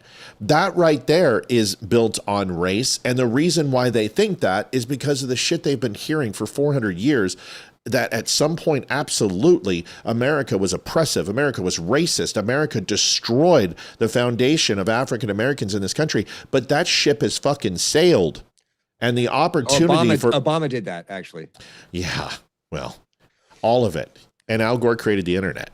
It's a good conversation. It's one we need to have. I don't think there's anything wrong with it. I don't consider you a racist. I want tough conversations. And if we're wrong, then we can be educated on that. But I bet you, if you poll African Americans and ask them the following question: who holds themselves accountable to the law and order and to God's moral objective truth, white people or black people? And I think black people, to a person, will tell you, the good and bad, that black people do a horrible job of holding their youth accountable and stopping crime in their areas and don't report it. And I'm telling you, that has a lot to do with it. And there's but that's why I talk about segregation. There used to be this amazing culture in black families. It would be around God. It would be around accountability. You would never betray a black father. You would never disrespect your mother if she was black. No, your mother especially. Yes. You're going to get your ass killed. And now there's no men to stand up in the neighborhood and grab the bully in the neighborhood and say, listen, fucker, you ever touch these families again, I'm going to end you. There's no dads around to do that. There's no dads to be mentors. There's no family gatherings because everyone's afraid of what's happening because of Crips and Bloods and shootings. These are unbelievably difficult situation for black youth to be involved in. And unless they get out of it perpetually, these things will continue. It's like there's not enough of the old character from Gran Torino, sitting in every. Yes. Yep. I get it. And there's no good white role models either, because segregation is what's happened. You guys, they said they stopped segregation. Bullshit. That's why you go, oh, that's a black neighborhood, you can't go in there. Or, oh, that's a white neighborhood, you can't go in there. We're already segregated because there is no inclusivity when it comes to that. Cities are broken down into blacks, Latinos, and Asians, and then the white suburbs. And yes, there are black families in these white suburbs, but people will say that those people are good blacks. Yeah.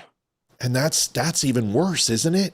It is So, worse. Or the neighborhood will call him, Uncle Tom's or whatever. I mean, you see it. Right. Right.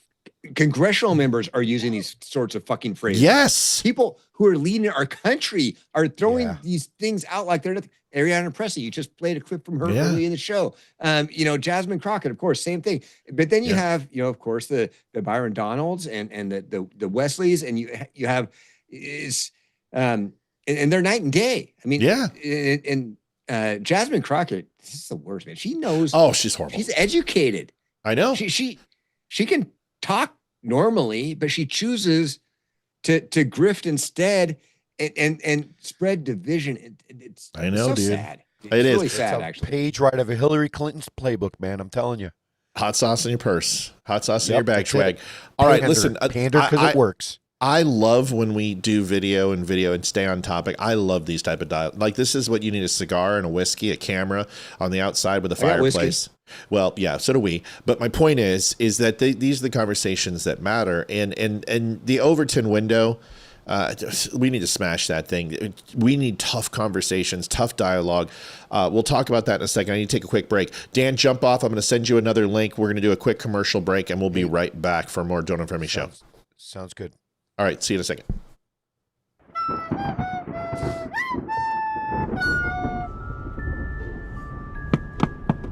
What the hell is that? It's a boy on a broom? Well, don't open the window.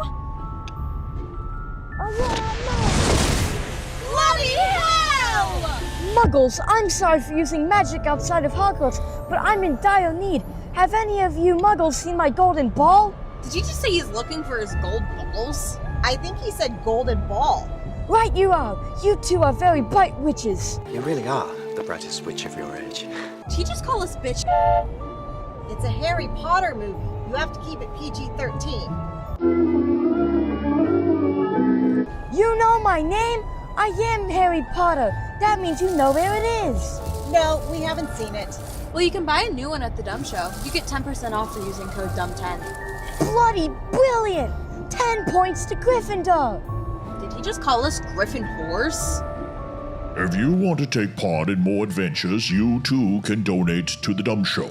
You can go to thedumbshow.com/donate. We take PayPal, Venmo, credit card, and you can even send us an owl at P.O. Box 2, Round Hill, Virginia 20142. Please make sure to leave your name and a message, and we will share it on the next show.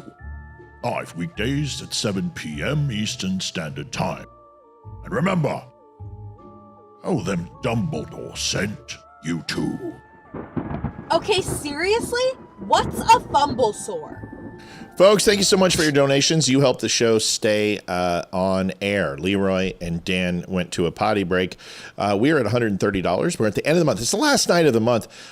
We understand rent's due. We get it. We understand that. So listen, we're going to try to hit it tonight. If you have the ability, it's $1, $5, $10, a donation spree. Right now we've got 50 over on Rumble, 87 in General Pop. How about 150 people? If everyone gave $1, we would hit it. So if you don't mind, help us out. How about The Dumb Show? We appreciate it.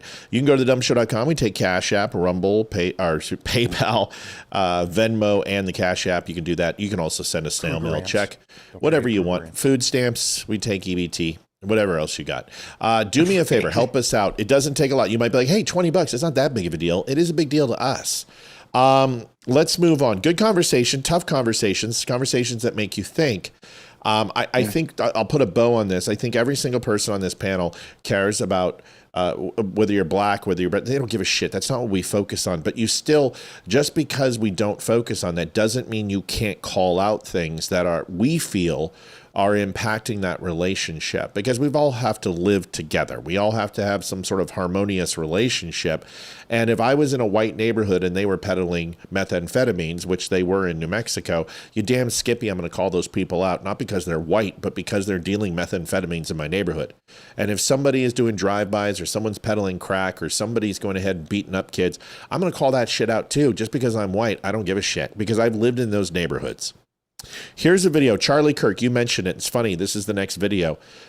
This person said Charlie Kirk was killed by a Republican and then was educated. Then Charlie's take on naturalization and the decision by the Supreme Court today. Here's the first one where this lady tries to make an argument Charlie Kirk was killed by a Republican.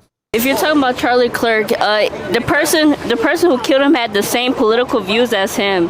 So I feel like he didn't really get killed for his opinion. Cause we're talking about Tyler Robinson, the guy that killed Charlie Kirk, right? Yeah. You think he was a right winger? There was both. You know, there was both Republican, Christian. They had the same political views. Get a little bit more in there. Oh, yeah. they had a little bit. There you go. Oh, they had the same political views. Like there was both Republicans, so it wasn't really difference of a. You think that the guy that murdered Charlie Kirk was a Republican? Yeah, that's what the news said. They were both Republicans. Who said that? The news. What news? I don't know, but if you Google it. Wait, if the news said it, shouldn't you know like where? Like what news station told you that? I don't remember exactly, but if you Google it, they was both Republicans, so it wasn't really a difference of opinion. Did you see his text message exchange with his transgender roommate? And by the way, do you know any Republican that has a transgender roommate that is his boyfriend? I don't know, but did you see the text message exchange between? I know that they said that he hated him, but I'm just saying they was both conservative. Okay. Do you know what was engraved on the bullets? No, it's okay. Never mind. My problem is, and Vanessa, just one thing. My problem is that there's a lot of propaganda out there, and when it's time to debunk it, why do we run away from it? Yeah. Okay. Don't hit me with the truth. I don't want to hear the truth. I want to get. Sometimes people feel stupid too, and it's why is it so hard for people to say, you know what? I really don't know. I don't know the answer to that question. Now I don't do it all the time, but I also I consider myself fairly well read, and I dive into topics that I have an understanding of. But there's an occasion it happens, and I'm like, I don't know. Why is it so hard to say I don't know? Dan, are you an I don't know guy, or are you like fill the airtime? It's hard, man. When you come in hard like that, like you're the authority. You know this is happening, like that young girl did. And then you get hit with facts, and you do have to admit, oh, maybe I don't know everything. That is hard. I think that's hard for anybody. Especially for younger people, because there's like, oh, humility, right? And you know, I admit when I'm wrong. I've admitted when I'm wrong on my show all the time. And when I get proven wrong, people have proved me wrong in the chat before, or I've gotten messages afterwards. And I sometimes I'll admit, sometimes I push back a little bit in the beginning, but usually with time, if I sit back and actually think about it and go, oh. And I would hope that people like that young woman there would maybe she left that thinking, wow, maybe I don't know everything. Maybe she went and did a little more digging. Maybe she went and looked up the political affiliations. And hopefully she did, because that's what I do sometimes, because we can all be stubborn. And and I'm guilty of that sometimes too, but I guarantee you every single time, whether I back off in the beginning or whether it's later on in my private time, in my closet, I do reflect. So. The David Carradine special. Leroy, I know you don't have a problem saying you're wrong. The thing that I think what Leroy's good at, I don't want to take his mic from him, but if you can limit the amount of times that you are wrong, being wrong isn't that big of a deal. You know, and I remember my first times on the show, it's hard to run this show and you don't want to be wrong.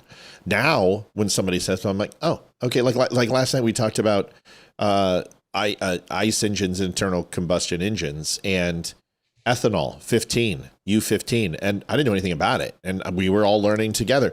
And there were some things I was wrong. It's okay. It's okay to be wrong. But I think a lot of people are just afraid to feel stupid. And I don't like it. I lash out when I feel dumb. I hate it too. But if you're going to get into this business and you're going to get into this fray, there's people like Candace and Tucker who just blatantly lie. They'll say one thing to one show and then another, and we'll have some examples tonight. Leroy, did you want to chime in on that? Yeah, there's this classic meme out there that talks about what Jordan Peterson addressed at one point, which is what the difference is between a type 1 and a type 2 logical error. And in the meme, right, if you're suffering through a type 1 logical error, then it would be like a doctor coming up to a dude and saying, "Hey, you're pregnant. obviously it's a false positive. And that's what you're looking at here is this poor lady who has taken something from the media, right. as fact, because she actually said that. She goes, well, the media said it, so it must be true. I mean, she was like, I don't know where I heard it, but that they're both Republican. I have accepted that in my mind as that is a fact. That's a problem. That's someone who hasn't had quite maybe the capacity yet to push back on some of those ideas. And so the dude who was running the table, who was basically asking her, well, what, hold on, like, let's slow down. Where did you hear that? And do you trust the source? Those should have been the questions involved. Good on him for doing that. But yes, to your point. And I think too many of the general public, too many Americans suffer from those two errors. If by accepting false positives or rejecting true premises. Yeah. And listen, Tyler Robinson's parents being Republicans have just as much of a clear and prominent point by saying, wait a second, if his parents are Republicans and this kid repudiated his parents' politics and killed Charlie Kirk, well, that's not some own. That demonstrates that this kid went completely against his upbringing and decided, listen, they killed Charlie for one reason. Charlie was he was enemy number one because he was the strongest voice in the movement. And he was a voice unlike Tucker or unlike Joe Rogan or unlike Candace, who was able to defeat people with common sense and logic and wasn't beating them because they were the loudest or they would, demoralize or they would, act in a depraved way. He was able to leave people better than he found them. Even the worst arguments that he would have, he would always wish them well. He would always bless them. He would always be affable. And that is what made Charlie completely unique.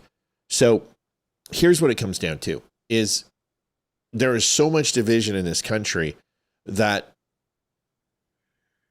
based on complete nonsense, And when you listen to people and you hear what they have to say, we heard that from Ayanna Presley. We're like, dude, like everything you said was complete bullshit. Here's Charlie Kirk, his take on this Supreme Court decision, not today, but before. So we get to hear Charlie's opinion posthumous from obviously his assassination. And he had a strong take on this. Listen. If you think you can just get on a Delta Airlines flight from Paris and all of a sudden your kid becomes a U.S. citizen, that devalues the meaning of what it is to be a citizen. You don't think that we should give them, we shouldn't encourage them to become productive members of American society? No. Do you believe in the American dream? Yes, of course, for American citizens, not for every person around the planet. I agree. I think we all agree.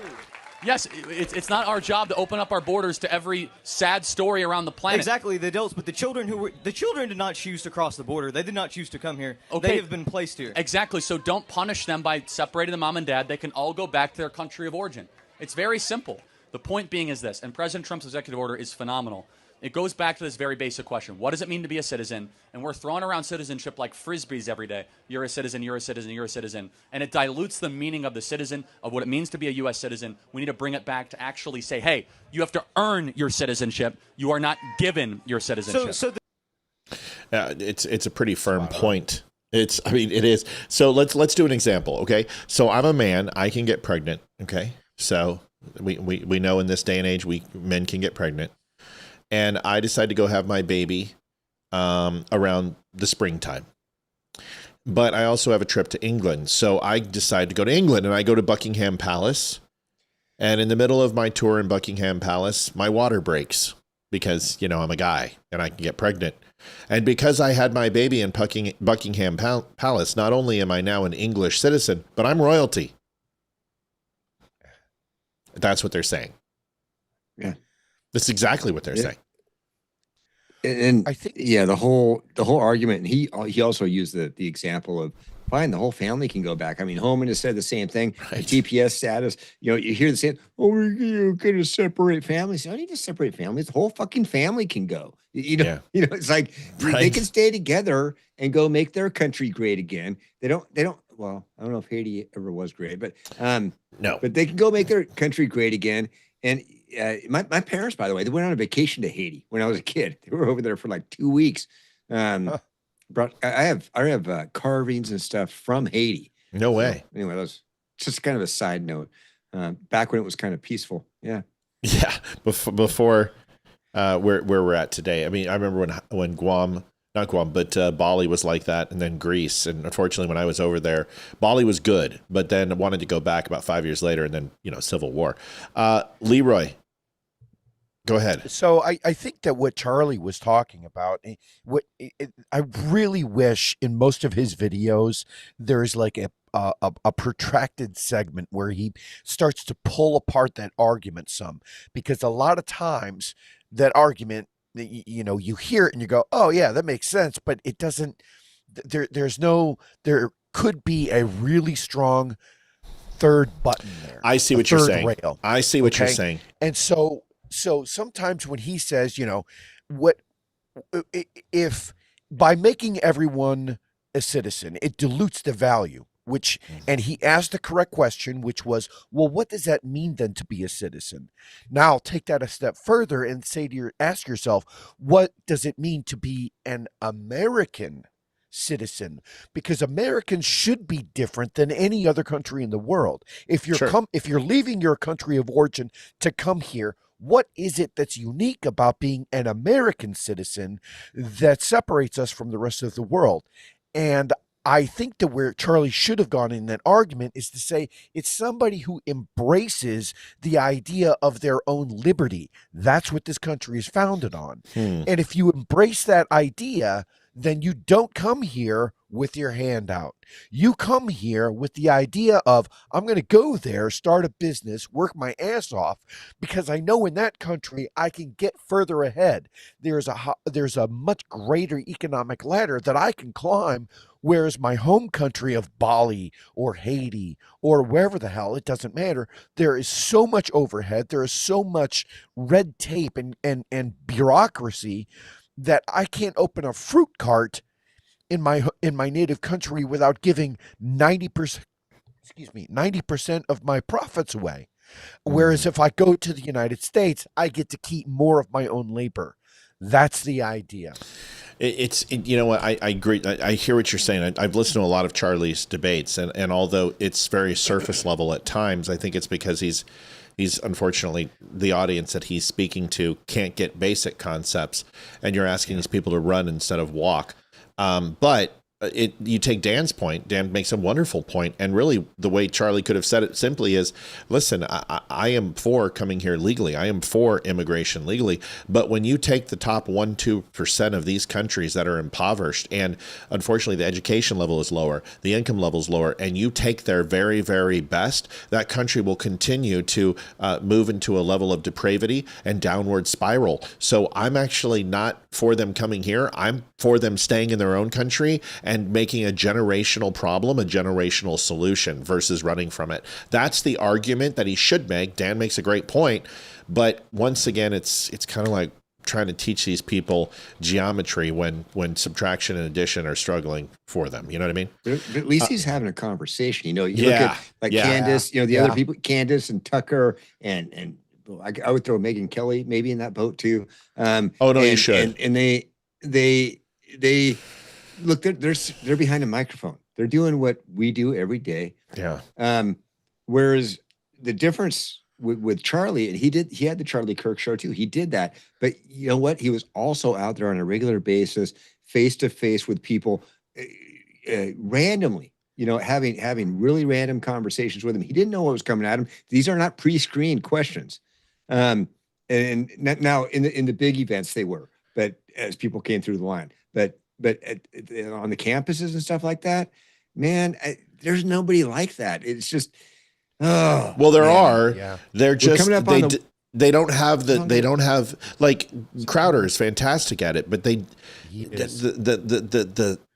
panache and the affability and the realism that Charlie seemed like the prototypical college quarterback type guy who never went to college, and he was able to connect the dots. I mean, that's the thing, is he had a way. He was attractive and he was magnanimous in his design. He Isn't it weird? absolutely. It seems I like feel like Oh, Crowder. go ahead. Sorry. There is a level of, and it's a small level, right? But there is a level of condescension there, right? Yes. When he's Yeah. dealing Crowder with and I somebody. are a lot alike in that way. Yes. But I feel like that was always lacking with Charlie. Like his responses seemed like, "This is my Very good. point. Do you agree?" And it's Later in life, he wasn't as good at it, but early he was not condescending. He was just so good at it. I agree with you. He got a little bitter at the end. I think. I think there was some times where people got under his skin as this became more prominent and more players got into the ring, like the Dean Withers and the Harry Sassons. These people are agitators, and even they got under Charlie's skin a little bit. But you're right. Mostly, he left people better than he found them. Dan, go ahead. He did. Isn't it? I mean, it's just we talked about Charlie. You know, it's hard to. Do you have the same? I have a feeling like, wow, it hasn't even been a year, and at the same time, I feel like that was so long ago. Both of those at the same time. It's like it's like I have to realize when I start thinking about, wow, September's coming up. I'm like thinking that was not even a year ago. But then it seems like it was such distant past. A lot has happened. Oh God, it was so much, dude. Like so much. And the sad thing is a lot of it's linked to, if you read the Bible, it's a lot of it has some very scary lines of delineation to end of times. And you know, you've only got to go ahead and read some stories. I would recommend people to read Cain and Abel. I'd recommend to read about Sodom and Gomorrah. I would ask them to go ahead and read about Job. I would ask them to read of the crucifixion and start going through the Bible and really diving into the stories and correlating them today. And there are a lot of alarming consistencies in this. And never even more than this is the repudiation globally of Israel. That's foretold, and it is. Listen, the Bible is scarily accurate in a lot of ways, and it's not vague. It's very specific in what it does foretell. And I think if you don't believe in God, the one simple mustard seed of faith that's required is, if you don't believe in God, you make the connection that Charlie was a man of ardent faith and look at what's happened after he's died. The revitalization of Christianity in America has absolutely everything to do with Charlie, from Bible sales to young conservatives coming into church.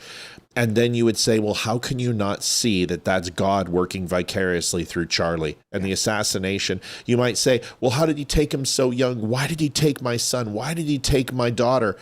This is, God uses people and he uses them as vessels. And this situation is a perfect example of what's happening in America, what's happening in the world. Charlie had an impact on that. And if you ask people, why are you at church? I started right after Charlie Kirk because I'm one of them. And so's my family. And look what's happened to my daughter, who's now dating a Christian boy, goes to youth group every night, has a Turning Point USA chapter, and wants to fervently fight against abortion and eugenics. Isn't that crazy? And I was motivated to read the Bible in a year. And so I got, and I'm a big Kindle dude. I've got a Kindle library like you wouldn't believe. And so I bought one of those, Bible in a year, things. And I'm not gonna say I'm perfect. I'm not. I wish I was, but I'm not. But I'm probably. It's probably gonna take me a year. At the pace I'm at, it's probably gonna take me a year and a half. All right. So it's not going to be in a year, and I've tried to be disciplined with it. But that was motivated specifically because of Charlie Kirk and him and Erica were promoting that. Read the Bible in a year. His new book, I've got it in hardcover, and really need to dive that open. But the words are so small, and my eyes suck. Me too. So that's why I read the Kindle, because I can always zoom in. But right. But I have that book, and it's about, of course, making the Sabbath, and taking that one day a week at least to devote to God. And I really want to dive into that, because I know it's going to be incredibly motivating and get me probably in a headspace where I can do that. Because right now I'm not, honestly. So. And that's the greatest thing about reflection is perfection is promised to no man, and excellence is completely satisfactory to God because the toll has already been paid. The receipt is already in our pocket. Brother. He's already paid it. He already died for our sins, and he doesn't expect us not to sin. He expects us to repent for our sins. And it's an amazing thing. Even my faith is, and I'm not, listen, Leroy will tell you the same thing. I've tasted all the water and all the sand and all the lands across the world. I've sailed the 7 seas, and I've sailed all 7 different types of women as well. And I've done just about everything in my life. I've seen a great many things, and I don't really have any urge to go and do it again, except for Olivia. And I will tell you, the things that I saw that repudiated God were much more vast than the ones that confirmed his existence. And the only one that did truly was my daughter and my son. And the moment I saw them born is when I start to question. And I said, wait a second, this in chaos, you don't get formulaic consistency as you do. And you can explain everything, but what you cannot explain is the complete vastness and chaos of the universe and how a human life, how it's born and how it's created and its personality traits and its nuance. And I don't think that you get this type of rhythmic harmony out of chaotic flux. I just don't. And it's hard for me to understand that. I got to show another video. This one's now we can move into the knuckle dragging stuff because this is Shawn Ryan promoting Candace. Oh, shit. This is listen, Shawn Ryan, I'll just tell you this. Ryan. Shawn doesn't watch my shit, but I'll tell you what, I know people who know Shawn and good friends of mine who know Shawn. And Shawn, you're losing the plot. You know, you used to be talking about Bigfoot and UFOs, and that was cool and it was funny. And you used to have people on about the space lasers and you know, the flux capacitor up in Alaska and the neutron detector and all this other shit. And I thought it was fine. There's nothing wrong with it. But this is a puff piece for Candace Owens, and I expect more from him. Watch this. You guys are going to be repulsed by this. Folks, $130, lowest donations we've ever had in the first 2 hours of the show. I'm shocked. I haven't seen this in years. Like I know we haven't seen it this year. We don't want to do this. We're in the 6-month mark. Let's get goal. If anyone has the ability to help out, $5, $10, whatever it is, please help us out. Shawn Ryan and Candace Owens, the premiere of their sit-down conversation. You're a political commentator, author, and independent journalist known for challenging mainstream narratives and tackling controversial issues. Over the past decade, you've become one of the most influential voices in all of media, building a massive audience through your commentary and investigative reporting. And I have Candace Owens claiming I murdered my husband. Today, through your independent platform, you continue to cover politics, culture, and current events while questioning official narratives and sparking national debate. Yeah, species of women was the proper choice. I guess I could just say demographics of women, or I don't know how I would say that. Someone help me out here, what I would say. 7 different what of women? It's not nationality. Flavors, thank you. Instead of 31 flavors, I'm 7 flavors. Perfect. Thank you so much. I always try to approach things with just, what do I observe with my own eyes? And when I brought myself to being able to watch the footage of Charlie dying, the first thing I thought was that he was shot from below. I watched the friction of his body, and I saw that his necklace broke before he was hit. I always thought that was so strange. I was like, somebody explain to me why if someone shot him from above, his necklace would break first and whip this way, and then he gets hit. What happened was we got exclusively the car photos, the car that transported Charlie to the hospital. When I saw the car pics, first thing I said was, oh, that's so weird. Like, well, why is there black glass on the floor? Tyler Robinson is the name that, according to multiple sources, is the suspect who is in custody. Who is Tyler Robinson? What the fuck was he doing there? I don't Do you think Tyler Robinson was there. I feel confident stating that Tyler Robinson did not kill Charlie Kirk. Family works, and that's the most, what are we conserving at the end of the day is the question, and to me it's traditional families. I think that's our best guard against the government. I'm a grown adult woman. I know what I'm saying. Shawn, whoever has a subscription to Envato who does your graphics, I will do them happily, and I won't use Envato cells. It's a nice $39.99 a month, but I can get you some original stuff if you want. And Dave Rubin was messaging me, and it's just full-blown gaslighting. And I stood firm on it and was like, no, I know what I wrote. And I meant every word of it. Friday morning, the Daily Wire CEO, Jeremy Boring, posted on X, quote, Daily Wire and Candace Owens have ended their relationship. One thing I wasn't expecting to hear today is a thank you to the Daily Wire from Candace Owens. I owe them so much. I can't believe the shit they pulled with Brett Cooper. I don't like what Reagan did, but these were two young girls, and they were best friends, and there was just a maniacal homosexual man doing this because he wanted Brett to suffer. This was the biggest lie that Erica told me and completely transformed my opinion of her. Do you think that she had something to do with it, she was complicit, or do you think that, she just saw a paycheck? You know who saw the paycheck? Yeah. Oh man, can I show clips of Shawn kissing the wall and Candace kissing the wall and saying that Israel is our greatest ally and shaking hands with Benjamin Netanyahu? Can I show those, or should we just not show those? Leroy, Dan, you guys got this. You guys already know what I think. I've been hitting this woman for 3.5 years, long before October 7th. So, yeah, go ahead, Leroy. So Shawn Ryan's an interesting case, right? And you should be a little apprehensive, right? If we're gonna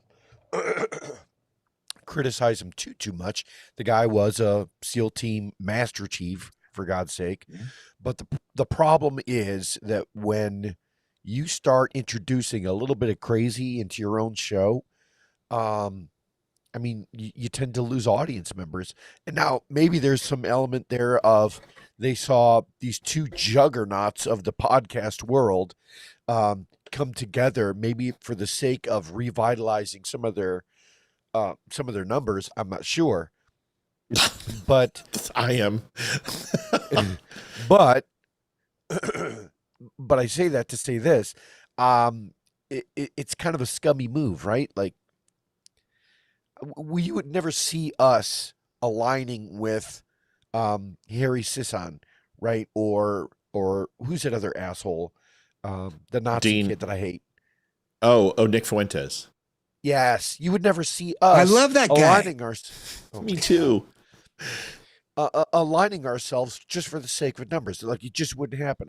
We would interview him. We would interview him. I would be adversarial. Yes, you know what I mean. Yes, maybe not even adversarial, but it wouldn't be a puff piece. Like he's just puffing her up. He's making her sound like Pulitzer worthy, Nobel Prize. It's disgusting. Right. You're sucking her off because you want to share audience. They're making a giant amalgamation of listeners and sharing their audience so they dominate market share. It's so fucking obvious. Anyone who's worked in a corporate gig at an executive level knows this. They're just stealing market share points and they're trying to keep their audience all within one echo chamber. It's admirable. It's what liberals do. I get it. But the problem is then the truth doesn't escape that vacuum, and it's just all nuance and hypothetical. It's boring. Right. It's repetitive. There's no solution to the questions you ask. It just continues to force you down the hole. I'll show you an example. Dan, go. Yeah, well, and to repeat your point is, he's you can't take away what he's done and what he's given to this country and all of that. That's sure. Great. That doesn't mean he can't be wrong. I mean, that doesn't mean that. Exactly. Fuck, Joe Kent is a great fucking dude. 11 tours. Special Forces, badass, door-kicking motherfucker. And yet, look what he's done and where he's gone. Exactly. Yeah. But the difference is he's not doing it for money.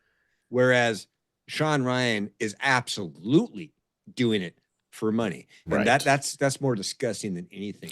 I mean, I can, I get, the only reason I brought up Joe was to draw a contrast. Is Joe, man, he's got a history. He's got his wife. She was killed over there. He hates war. And when Trump went into Iran, I get it. There's a personal thing there. Yep. He's not doing this for money or a platform. Shawn Ryan is that's such a fluff piece, man. Oh, this is all dramatic and this and that. It's so Candace stupid. Owens It's so stupid. It's disgusting. And she's man. gonna embarrass herself on the show. It's gonna be it's gonna be so fucking embarrassing because they clip that.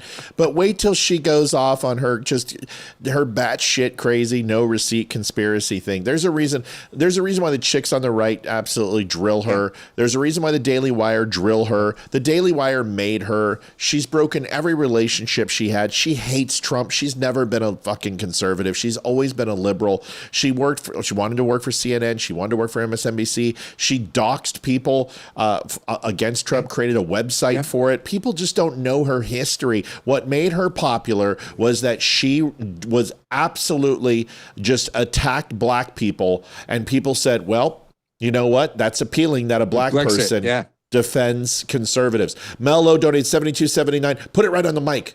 Put it on the mic before you No, the mic.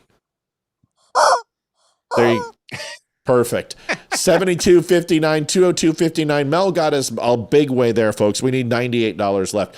Here is an example of what this creates. And I'm not saying don't question things, right? Question things. Leroy and I have a different way of thinking. What we do is we question what's being said and we pull the thread and we try to find the inconsistencies in the story and find the lie. And the moment we find out that you've misrepresented the truth, then we tear it apart. This is what it creates. It creates QTards. And QTards are still alive today. No, folks. It's not 2016, 2020. The Q phenomenon is still alive, but it's now called the woke right. Here are the QTards. And if you think they're not real, they are. If you kick off, Dan, you can call back in if you want to, or we'll take it on without you. But either way, tell everybody real quick, where are you from? Where are they at? Where they can find you and all that after I say Anonymous donated $51.99. Welcome back, Leroy and Dan. Get well soon. Great show tonight, Matthew. Yes, ma'am. Thank you. All right. So where am I from? Don't forget the honk. I'm originally from the womb, and I enjoyed that for a while. But then I didn't last long. About 9 months. But other than that, you can find me weekdays at 4 Eastern time, exclusively on Rumble, the free speech alternative to ScrewTube. And I'm sorry, ScrewTube. I know that you're there, Matt. But it is what it is. I'm just a Rumble guy. So weekdays at 4 Eastern, exclusively on Rumble. You can find me on all the socials at the Nunn Report. That's pretty simple, except for X, because my original account got nuked. I'm at the Nunn Report US, so check me out there. Go over there. It's right there. Rumble Report is in the links. Please click it. Please follow. We always go raid people. They raid us. We have great relationships. Dan is a good dude. He's been with us for a long time, and we love him. We're happy that he's healthy.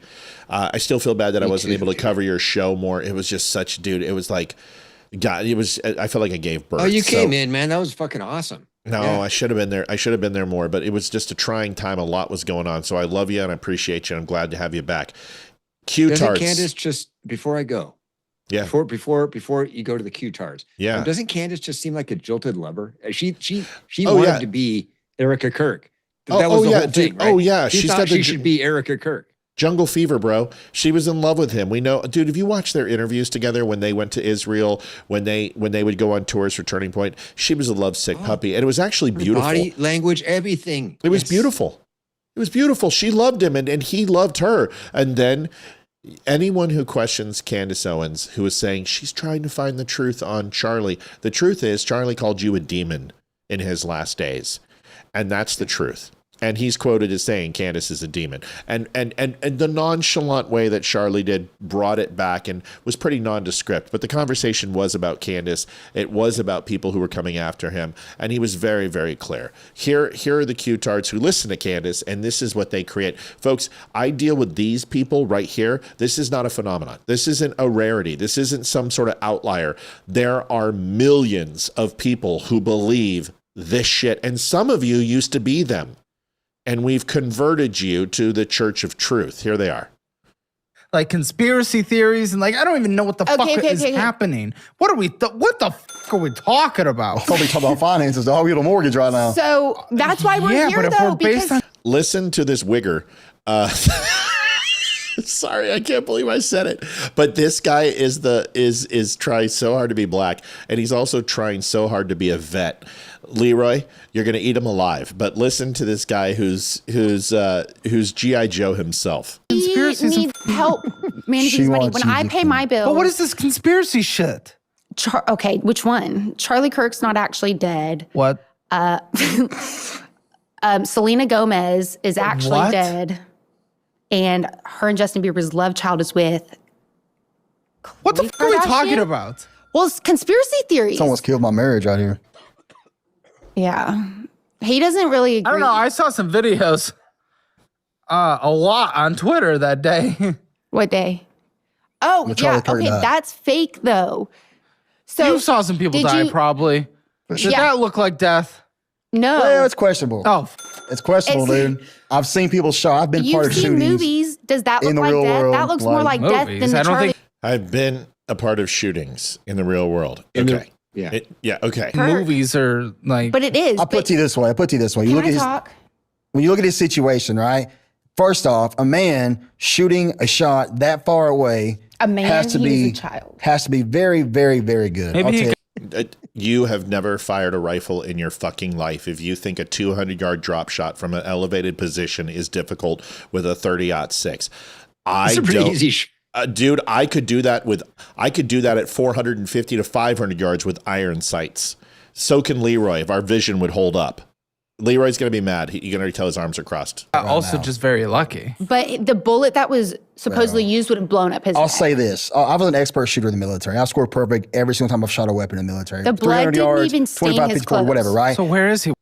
I've never seen anybody so more full of shit in my life. How did he do this? So he's so there's theories. There's theories. Okay, so he can either his wife, Erica Kirk, was in on it, or like in on the conspiracy, and she's in hiding with him. So we got some Candace watchers. Or yes, 100%. We know. We know. Okay. We know. But we don't know. You think? We don't know, but we know. It's called a think, not a know. No, we know. So so either his wife, because she's got ties to child trafficking. She does. Based off of the work she did with children. She was kicked out of, what was the country? She was kicked out of the country for it. Yeah. So the country. You got to know this, dog. Well, it was like Slavia. Slavia. Not Slavia. I don't know. Country, bro. Where is it? What was Slovenia? the country? No, there was a country that she They did are like. not getting busy tonight. Was it Ukraine? No, it wasn't. No, they're going to get a divorce. This guy, first of all, he's as much of a douche as she is, but they're not going to be together much longer. I'm sure the hatred on the internet is just oozing from their page. Almost done. Ukraine. Don't look at me like that. I'm legit. I mean, we just name all the fucking. Well, I'm just waiting to get I know. I'm trying to remember the country, but she was kicked out of a country. She was doing like adoption work for little kids that don't have parents, and they were going missing, and so she was kicked out of the country. We're not going to have Pepsi with baby flavoring in it. I mean, what the hell have we become? So Erica Kirk, you're saying. I'm alleging. You're alleging is a child ringleader. She's in on it. And Charlie didn't die because of that? No. So she's okay. So was basically his handler, and either there's two different theories. Okay, so either she was his handler, he found out about all her bullshit. Weren't they just like a classic Christian couple like y'all? Oh no. Isn't that kind of what he was preaching? Well, in the video where he's being shot, it wasn't actually him. It was a hologram. Oh. There was a trap door. There was a trap door, and they're real.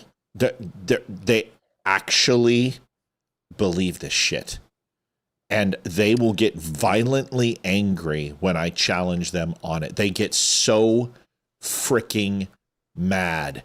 And you're stupid. You don't know. Candace knows. You don't have any receipts. You just hate. And I'm just like, a trapdoor, a bee cult. It was the Egyptians. It was the planes. It was the FBI. It was Trump. It was his wife. It was the Jews. I mean, and all she does is just keep moving the goalposts. We're so close. We're so close. Leroy? Yeah, exclusive content coming soon. Behind a paywall. Yes. Leroy, go ahead. What do you think about this guy being an expert shot at 300 yards and 20 feet? Because the military has you shoot at 20 feet.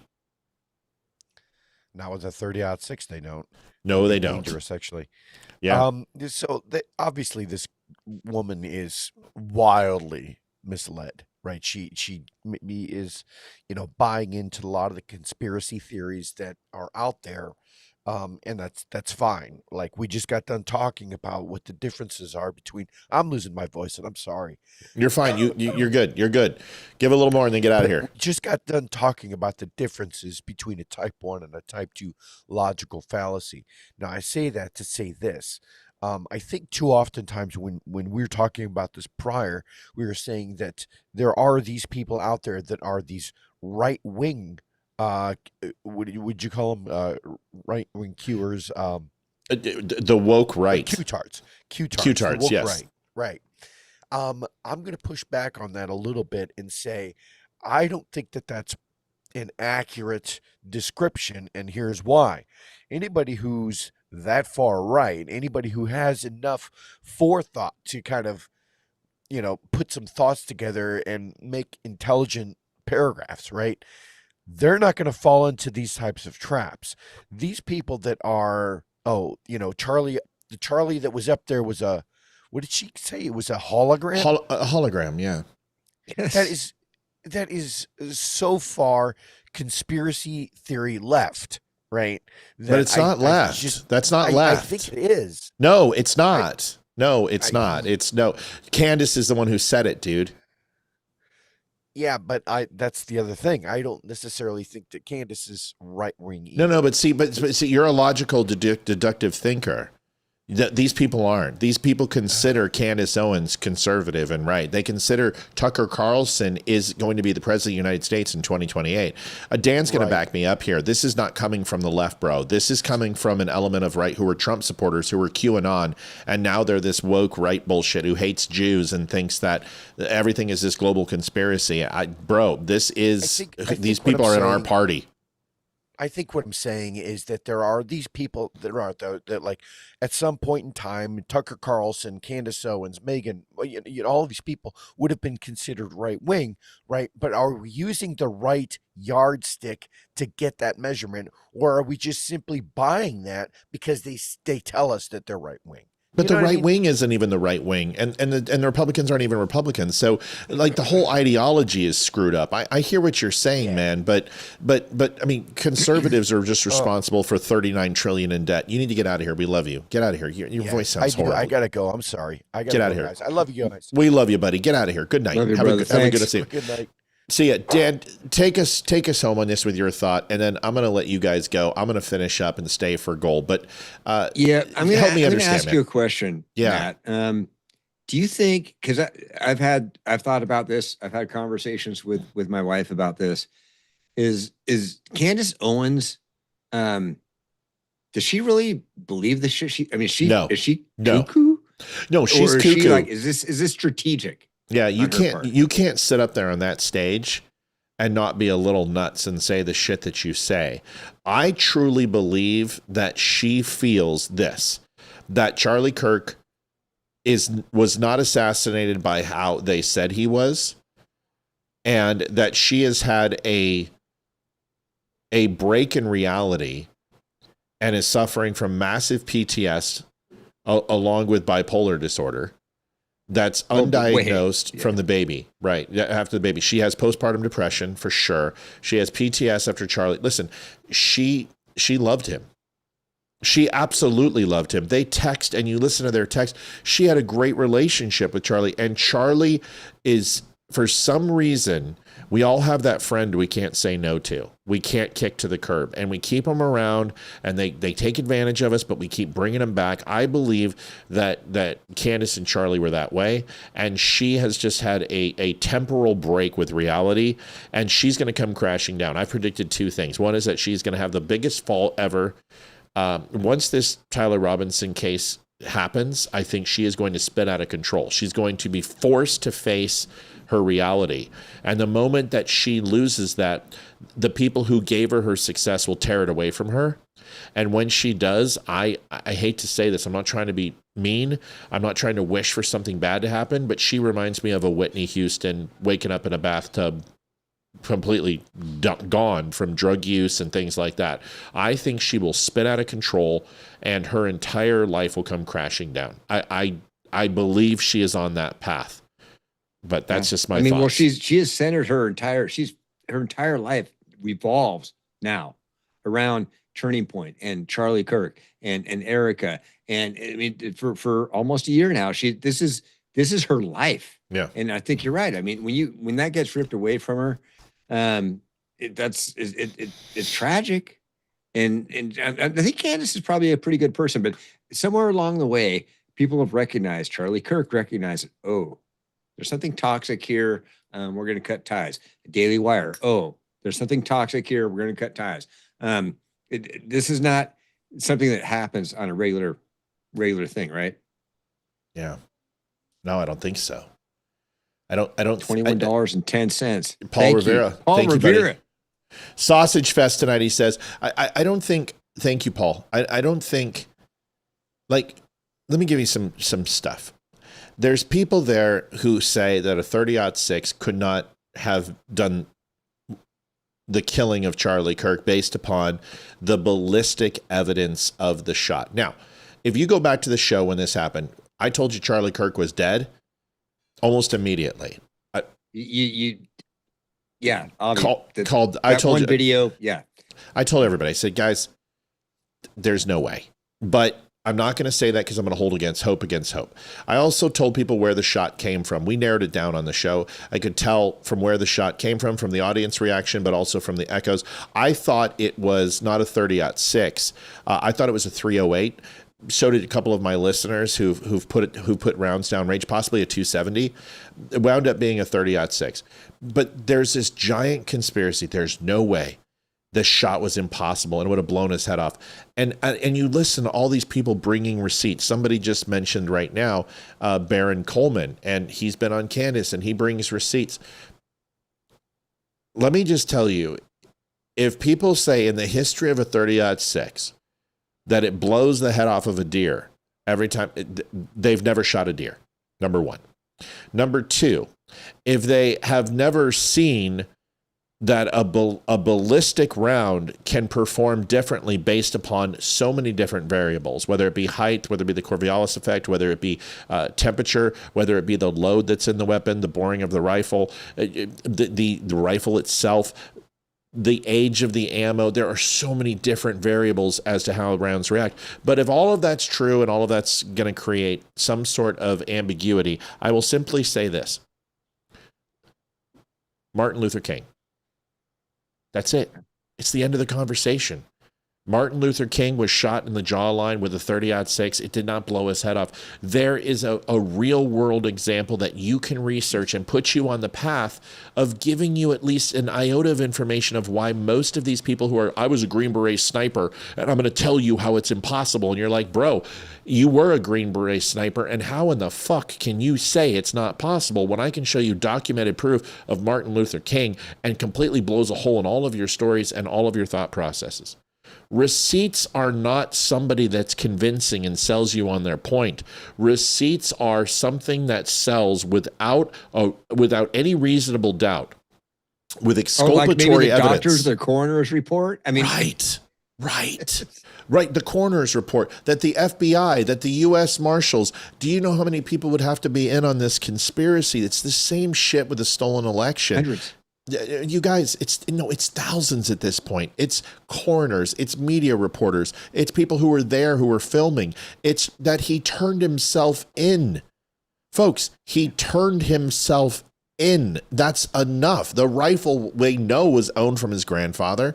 They know and that his furry boyfriend is turning state's evidence. I mean, Ballistic evidence tells you that. Powder burns on his clothing. He didn't break down the rifle, folks. It's a one screw situation. At the stock of the weapon, you unscrew it. It takes about 7 seconds to do it. The scope is fixed. We figured that out. We actually had gunsmiths on our show. Wait till the trial starts. But all of this is speculative, and you guys are empowering Candace Owens as being a truth teller when what are her fucking qualifications to run a murder investigation? Somebody tell me. Well, she has a tip line. I mean, people send her stuff. Yeah, so. Just the tip. See how it feels. Dan, she does, and you're right though. I mean, I've done some shooting. I haven't done a ton of shooting, but any common sense would tell you that, yeah, you don't know what's going to happen when that slug hits inside of a solid object.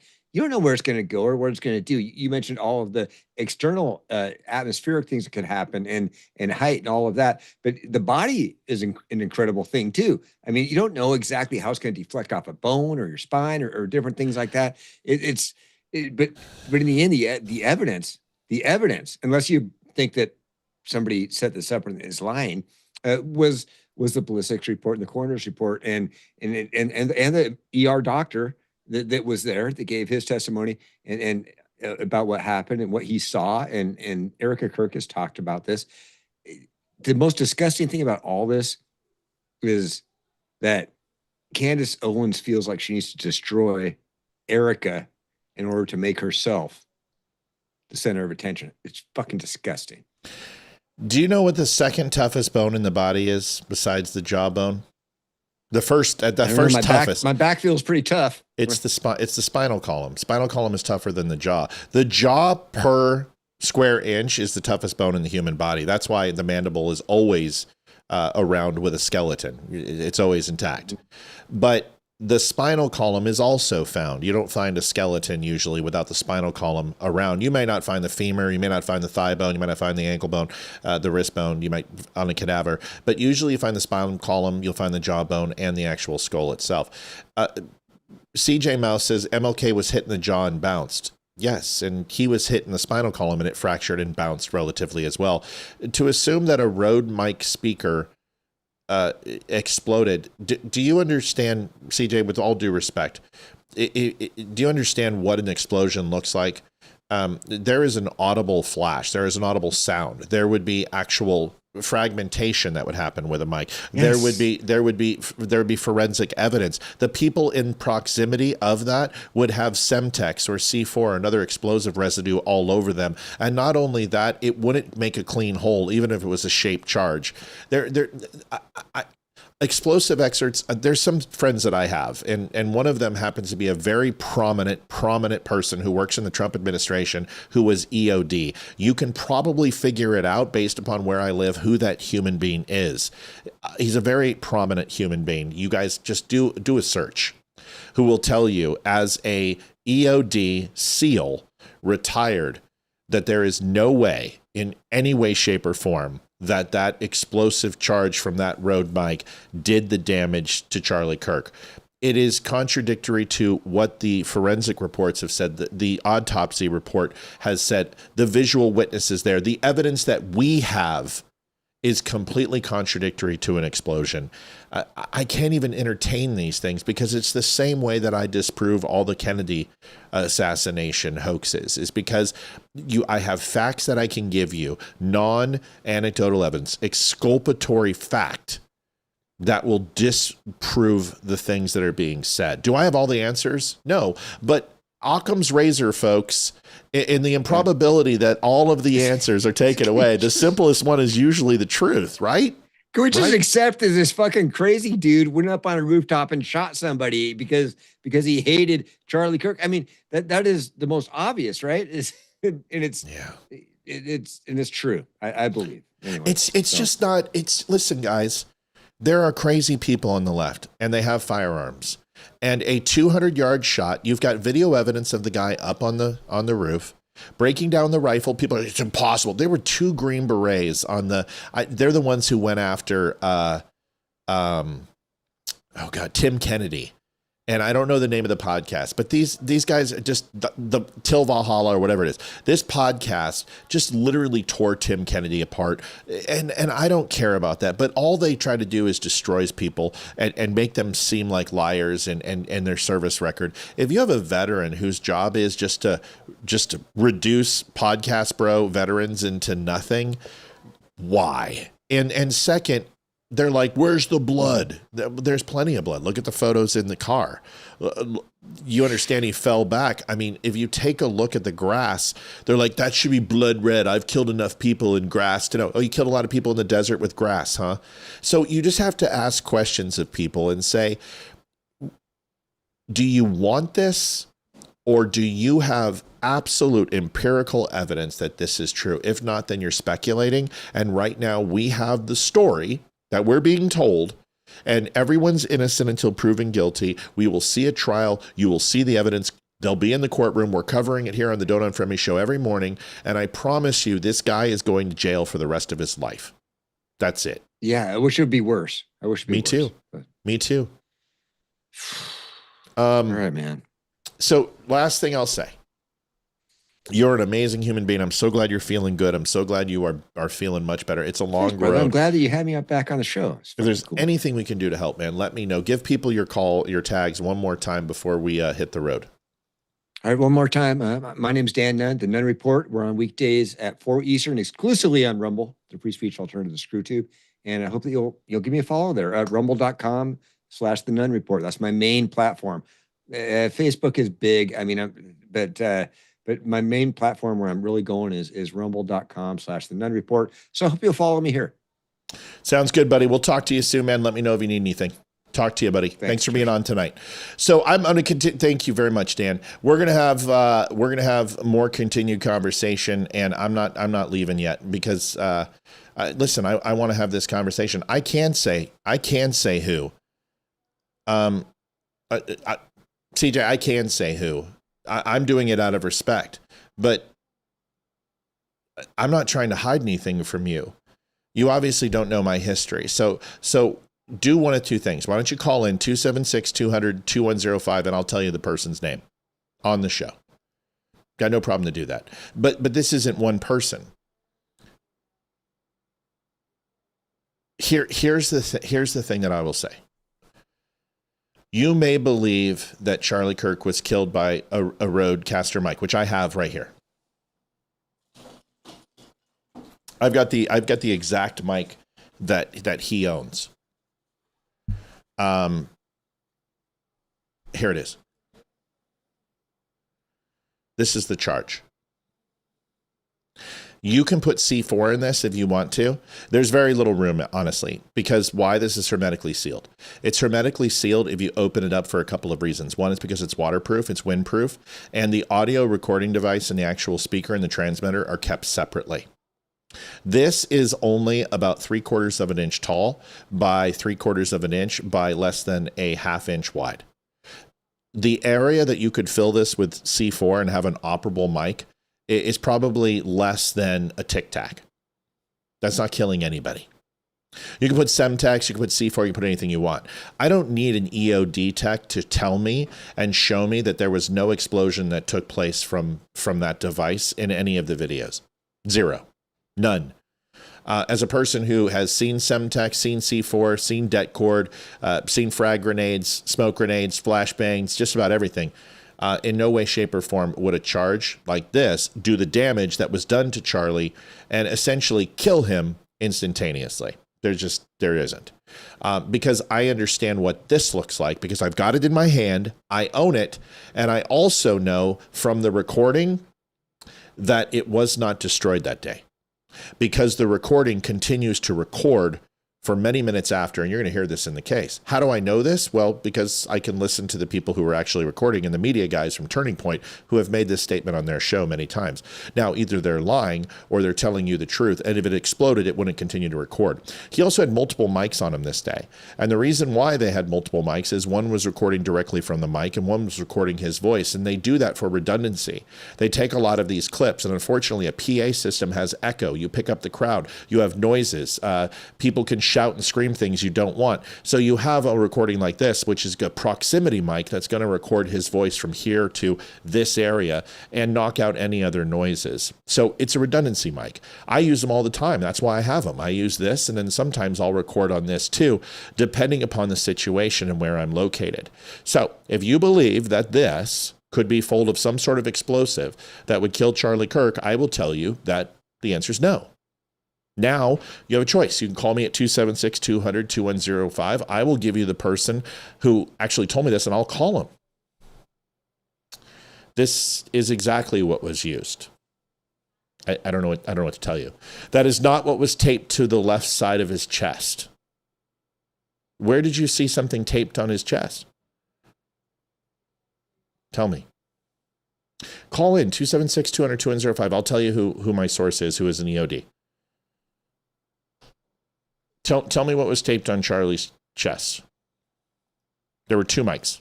I'm waiting to hear. I really, really want to hear it.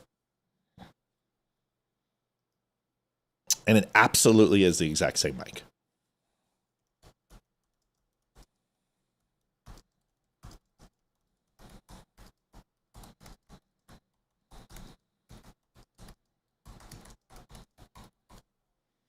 And I don't even care about gold anymore. I want to have a conversation. That's all. Matt, thank you so much. Even I can understand that is one reason I watch you. I'm just a dumb little girl that wants to do homework and know the truth. You're not dumb at all. Nobody's dumb. Clip on the wireless microphone was a Rodecaster Wireless Pro square wireless transmitter with a built-in microphone. It's right here. It's the exact same one. This is it.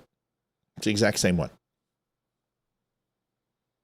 And then he had a mic for the PA system that he was holding in his hand. And it wasn't taped to his shirt. It was clipped to his shirt. I'm going to show you some pictures of it for you, just so you know. And I guess I got to, so you don't think I'm trying to fool you, I'll show you. Okay. You ready? We're going to do this together. Is this another site chat? No, it's on YouTube. So here is the picture of Charlie Kirk that day, that horrible day. Folks, we're $25 from goal. We're staying on overtime for you. This is a side profile of the mic. The reason why that, do you see that? What is that? I'm going to show you. Okay? You say it was taped. It's not taped, hon. I'm going to show you right now because I got to get it out. I'm in the dark. All this shit's falling everywhere. I can't get it off. Okay. So this is the Rode mic right here. And you're saying, Matt, that wasn't what was taped. This is a larger size. This is right here. This is called a windbreak. And what a windbreak does is it stops wind from going into the receiver. So you don't get versus, hear the difference? Same thing. This is a foam and this is feathered. It's really soft. It's soft material. It comes right off. See? But what Charlie had on is there's 2 ways to adhere this. One is a clip that will go onto your hat. See that? It's a little clip. See? That doesn't come off. And what most of us do is we put it on our shirts like this. I hate it because it gives me, see how it falls just like Charlie's did? It gives you bacon neck. I can't stand that. So what Rode brings you, which I have Rode, I have a Rodecaster Pro right here, big Rodecaster Pro, Rode cameras, Rode mics, is on the back. There is a magnet. Here, listen, see this? Watch. See? It's a magnet.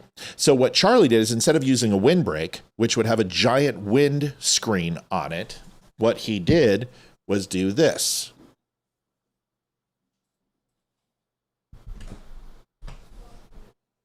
Ah! See how small it is? See? But it's still going to pick me up, and it creates a windscreen. My t-shirt becomes a windscreen on this. And that's the way it was. The difference is that I'm a big kid, and I lift weights, and I'm much bigger than Charlie. So my shirts fit a lot tighter. So when I do that, and it stays here, it just stays there, and it floats. Well, Charlie had his on the inside. So that's what you're seeing. Now, you can call me a liar. You say I'm crazy. But my story seems a lot. What's more difficult to believe? That I'm telling the truth about this little Rodecaster mic, which is what he used, which I just cited it to you. I have pictures of him using this mic. You ready? Watch, let me show you. This is to show you with incontrovertible evidence that I'm not lying to you. Here it is. See? That's a Rode. And there's several different types of Rode mics. This one's an older version. This photo was taken about 3 years ago, Charlie. That's the first version of Rodecaster. Oh, got a donation. Mel Lowe, 2625. Goal. Yes, we did. I got to get a goal horn. Thank you, Mel. We love you. So that's an older version. That's the first generation. And that was a little bit bigger. These are a little bit smaller. And this is the one that he was using. These are pretty standard. You can get them for about $69 for both, and then you get the receiver itself, and you get 2 of them. And they're very high quality. I love them. I use them all the time. Okay? There's no way you're fitting a shape charge in there. And it's not going to do the damage. It's not going to blow the spine. It's not going to kill him as fast as it did. He got hit by a round. He got hit by a 30-06 round. And the reason why they couldn't match the ballistics to the rifle is because it fragmented and it shattered. And any forensic expert will tell you that. Charlie has a burn area on his lower right rib cage. Show me the photos. How did you find those? Show me the autopsy photos. Do you have those?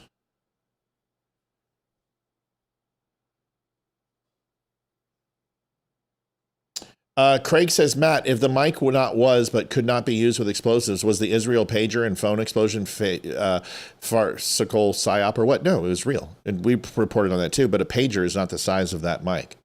A pager is this by this. You've got 2.5, 3 inches. And the internal components of a pager is just a circuit board.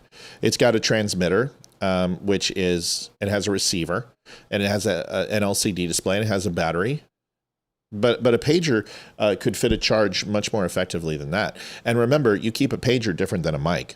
And the pagers were around their testicles or in their pockets or in phones. And they reached in, they made phone calls, they grabbed the phones, and it blew their fingers off. It didn't kill everybody, or they had them up to their ear. And that's a different situation completely. But you're talking about something, a ballistic that comes in and shatters the spine, kills the trachea, the aorta, and kills him almost instantly. No, not from that. The explosion would be much more severe. The penetration would have to go through dense bone. You would see an exfil. The entry wound would be completely different. A little piece of fragment isn't going to do that. It literally blew his spine apart, blew his spinal column apart. It destroyed his trachea, it destroyed the inside internal workings of sinew, of tissue, of veins. And when you sever the spinal column, remember I told you it's called the apricot, the sweet spot. You can turn somebody off like a light, which it did for Charlie immediately. That's why he collapsed. That's why he died instantaneously. He may have had brain activity and some heartbeat, but it doesn't mean he was alive. It absolutely severed his spinal cord and he was killed. I don't have to go to Barron, CJ, because I've already done the research myself, and I don't need to be convinced by somebody. You can't dispute my points. So now you want me to go watch somebody else. I've seen a lot of people talk about this. I may well have seen this Barron guy, but I'm just telling you what I know based upon owning the devices that he had and watching their evidence and watching ballistic and EOD professionals say there's no way. Matt, if the mic not was, but oh yeah.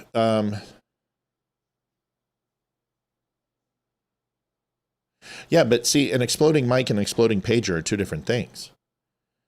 A pager is a single motherboard and has plenty of space in between it. Pager technology is that of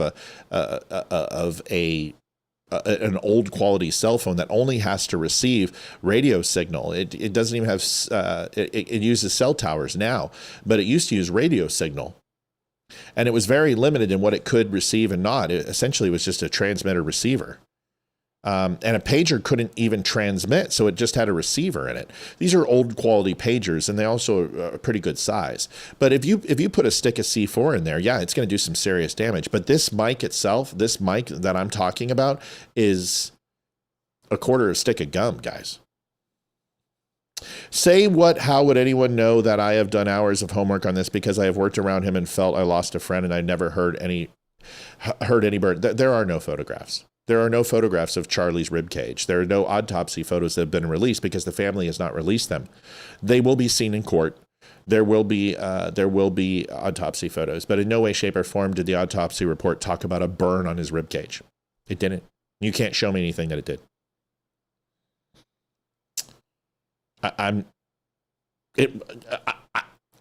Go to Barron's page. What is Barron's page URL? Help me out. You should call into the show. It's so much easier because this is so silly. People that he wasn't shot but exploded by something on his body. But see, Bunny, here's the thing. Okay, so let's just assume that it was an exploding mic. Who did that? Who did it? I've got shooter. I've got turning himself in. I have his parents turning him in. I have statements and text messages that admitting to it. I've got burn powders on and burn marks on his body from a forensic standpoint. I have his fingerprints on rounds. I have him at the location on video.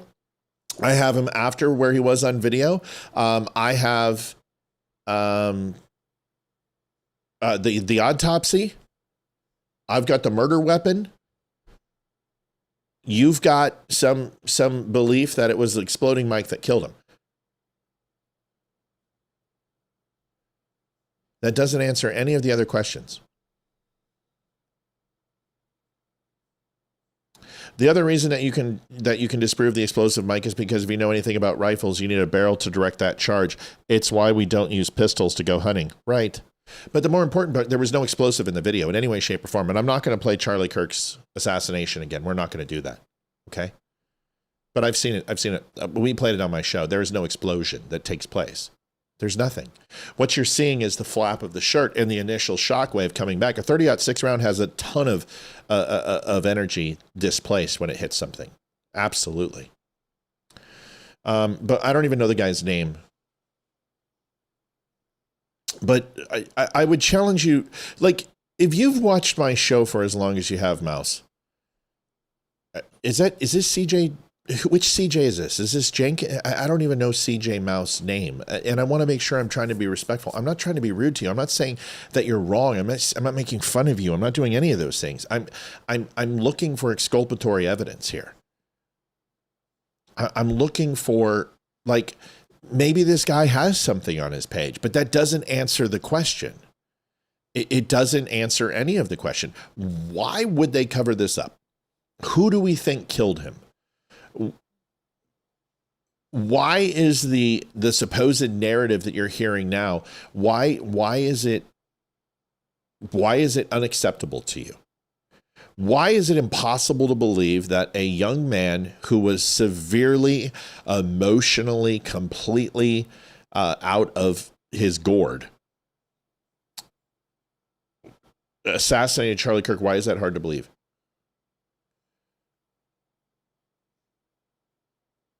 I've never taken a pager apart. A lot. Especially the pagers that they ordered.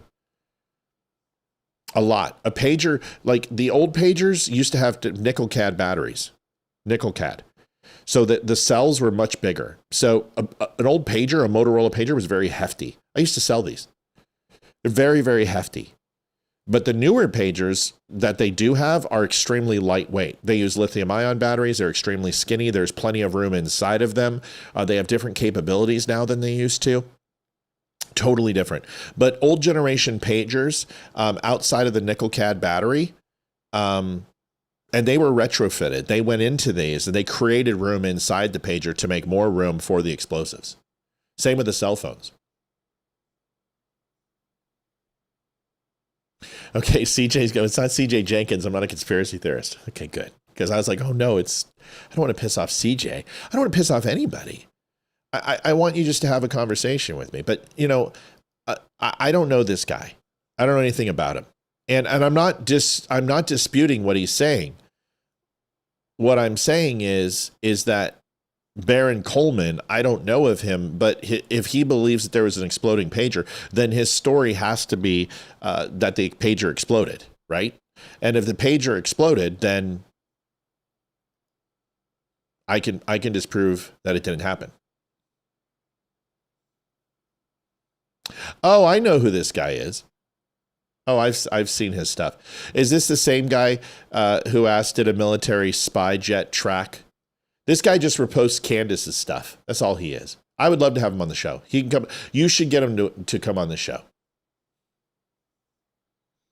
I do know who he is. Yeah. And I will say, it is my professional opinion that this guy is as reputable as Candace Owens, and his career, he's taking off.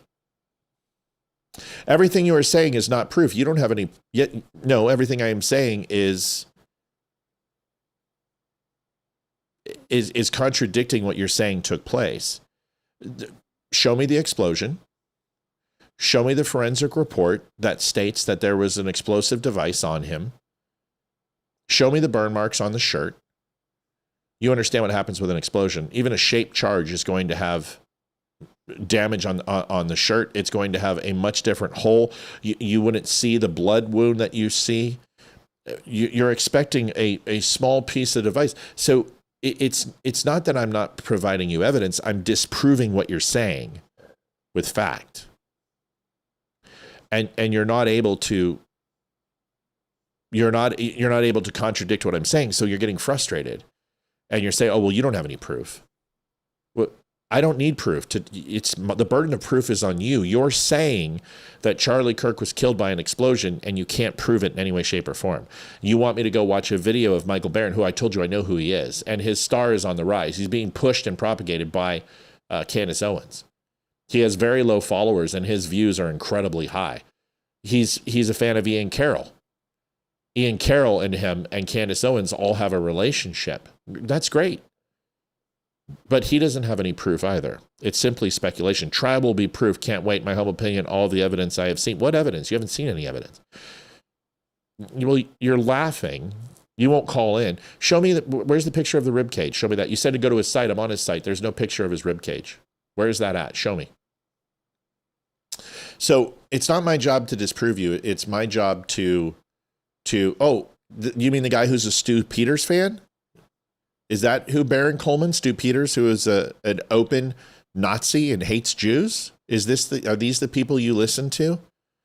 I'm surprised you watch my show. And you can laugh all you want, but you have absolutely no evidence. And you're a conspiracy person who's been sucked into this horrible web of deceit. But Stu Peters, really, this is your guy. Yeah. Neo-Nazi, horrible human being. Stu Peters hated Charlie Kirk. He absolutely despised Charlie Kirk. Here's your boy with Stu Peters. This is the type of people that he associates with. Yeah, I think he's a liar. I think he's a grifter, and he's making money off of Charlie's death. And I think he is a horrible human being. Oh, he likes Nick Fuentes too, huh? Oh, that's your boy. Baron Coleman, big Nick Fuentes. He's got all the Nazis lined up. Look at this. Yeah, that's your boy. I'm on his page. I'm looking for the rib cage. I don't see any rib cages. What are you talking about? Well, now you frustrated me because you've questioned what I'm saying is somehow disinformation or I don't have evidence when I've never said that I have evidence. I said I can prove that what you said about an explosive mic is untrue and it's false, and it is. So you can lots of laughs and wow and all that stuff, but unfortunately you have absolutely no evidence of what you're saying. There's no pictures of a ribcage. I'm on his page. I'm still waiting. I'm on X. Oh, Zach Costello too. You got you follow a lot of people who follow some pretty auspicious characters, people who I don't appreciate very much. These are people who absolutely hate Jews. They hate them. So I'm confused as why you would listen to people like that. But that could probably explain to you why, you're getting the information you're getting. Brian McGuire says, it's just like the argument that AR-15 are just the legal version of an M16 service rifle. Many don't know that an M16 has a longer barrel. It has a 3-round burst. Yes, those are two major differences between those rifles. Yeah, one's semi-automatic and one's fully automatic. That's why I don't argue that an AR-15 is the exact same as the so-called weapon of war, the M16A2. That is correct. The Armalite rifle is absolutely 100% was going to be a weapon used in a full auto version for the U.S. military, but it's not. It's a carbine. It is a single shot. The amount of times you pull the trigger is the amount of times it goes. Yep, Barron is a complete douche nozzle who prefers watching instead of pitching. Yeah, I'm not a big fan of this guy. I know who he is. He's very popular. He's in the Ian Carroll group, the Stu Peters group. He's in the neo-Nazi group. And, oh, Matt, you're calling him a Nazi. No, this is the guy who hates Jews. Stu Peters, most assuredly, despises the Jewish people. He hates the Jewish people. He openly calls for the eradication of Israel. I don't know what you need me to say. And if Baron Coleman is following this guy and pumping him up, it doesn't shock me. This Ian Carroll, Candace Owens have openly and very clearly since October 7th has absolutely blamed Israel for everything. Matt, I have watched you. I don't care if you've watched me from the beginning.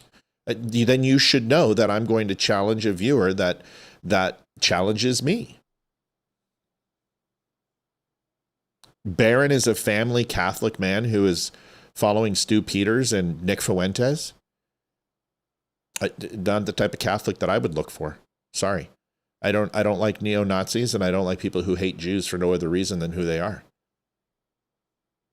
I can't possibly understand why you would follow somebody like that. I don't understand why you would be upset with me for simply trying to engage with you in conversation and I showed you the mic and you told me I was lying. I showed you the exact mic. I showed you photos of the mic, and I'm still lying to you. No, he don't follow Stu. Well, why is he sharing Stu? Do you think I'm lying to you? Do you think I'm being dishonest that I show you pictures of him reposting Nick Fuentes?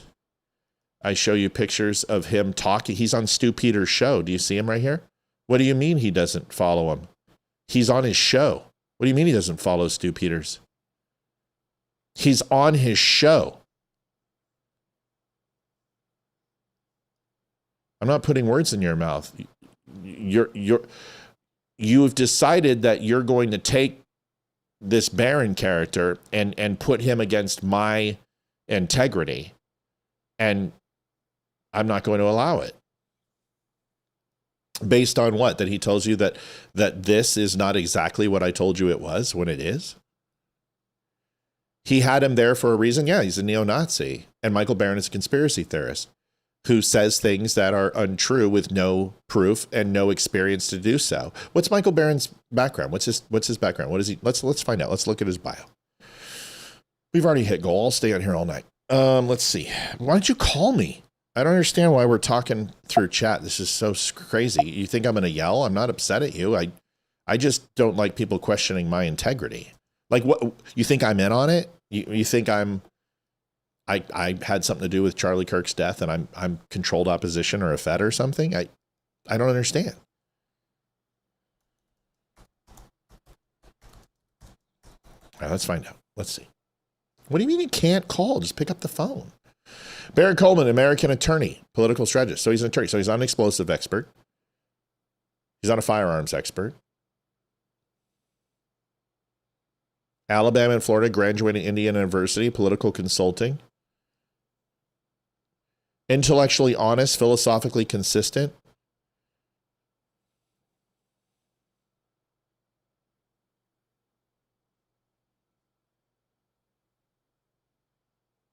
Okay. Well, here's my thoughts. She's not don't insult her. That's not right. Okay. You guys stop. I don't want to like, we're going to end it. I am not doing this to embarrass CJ Mouse. I'm not trying to hurt her. I don't appreciate having my character put up against people who associate with Stu Peters. Stu Peters is a absolute deplorable scum piece of shit. And I know people who've worked with Stu Peters. I know people who work for Stu Peters, and he is absolutely despised as an egomaniacal douche nugget.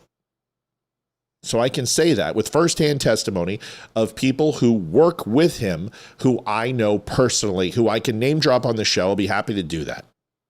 But you guys know who's worked with him. if you're associating with Stu Peters, if you are reposting Nick Fuentes, if you are on Candace Owens' show, if you work with Ian Carroll, you are absolutely a Jew-hating douche. That's it. Those are the people you associate with. You are a part of the grift. You are part of the Tucker Carlson grift. If you agree with me on Stu, then why is your boy going on Stu? Why is he hanging out with Ian Carroll, who is an absolute open anti-Semite? Why is he going on Candace Owens' show? And you know what? He can do that. I'm not questioning how he makes a living. What I'm saying is doesn't that make you question him? Just let's not go after listeners because we disagree. This is what we do on the show. We disagree. We challenge each other. I'm not saying everything you're saying is wrong. What I'm saying is you can't disprove what's being said to us, and we will watch the trial.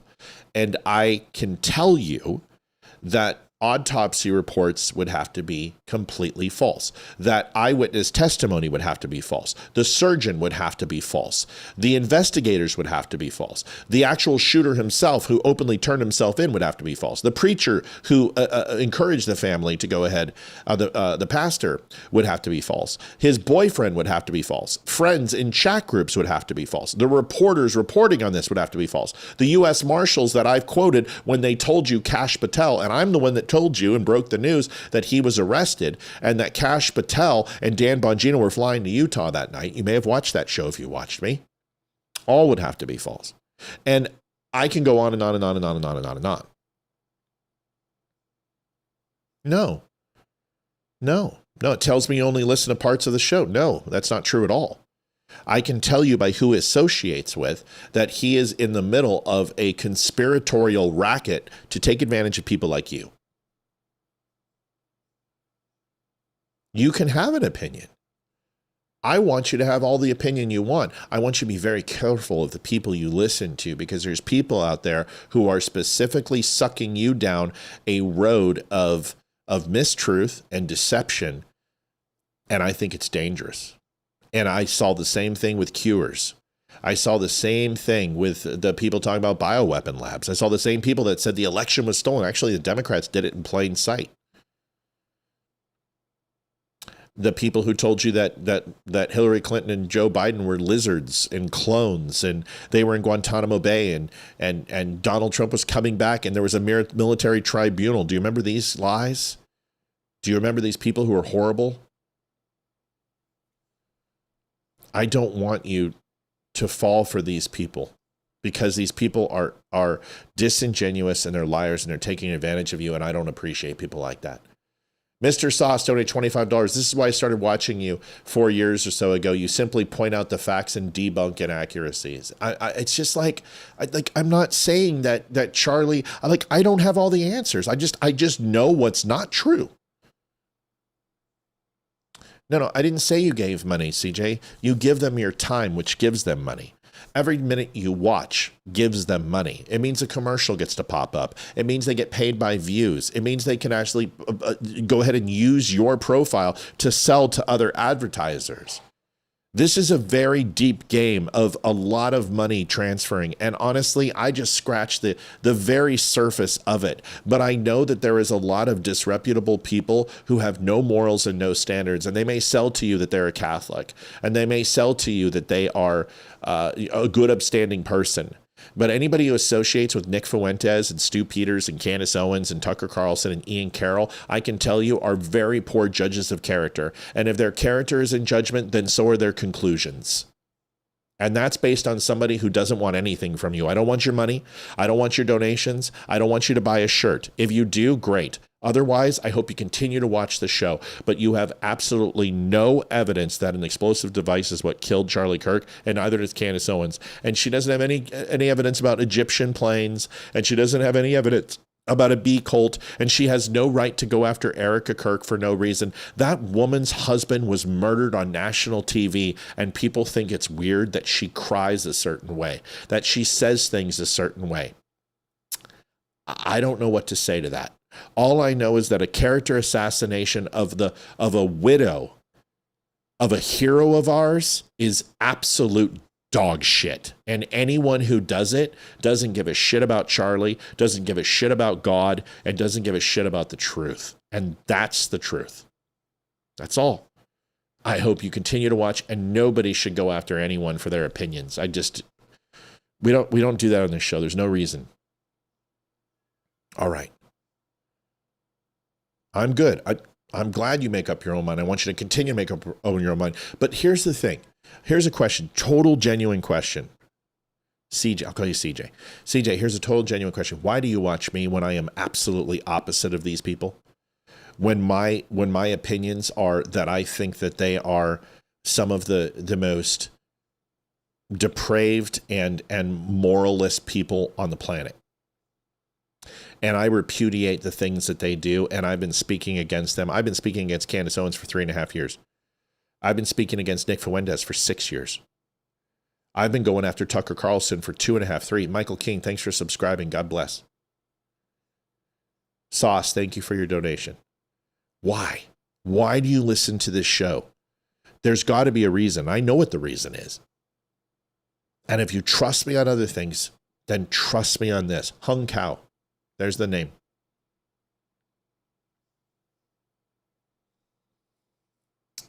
I've got friends in the U.S. Marshal's office. I've got friends in the FBI. I've got friends in the Secret Service. I talk to people all the time. I listen. I have interviews. I research. I study. And what I do not do is tell you what happened.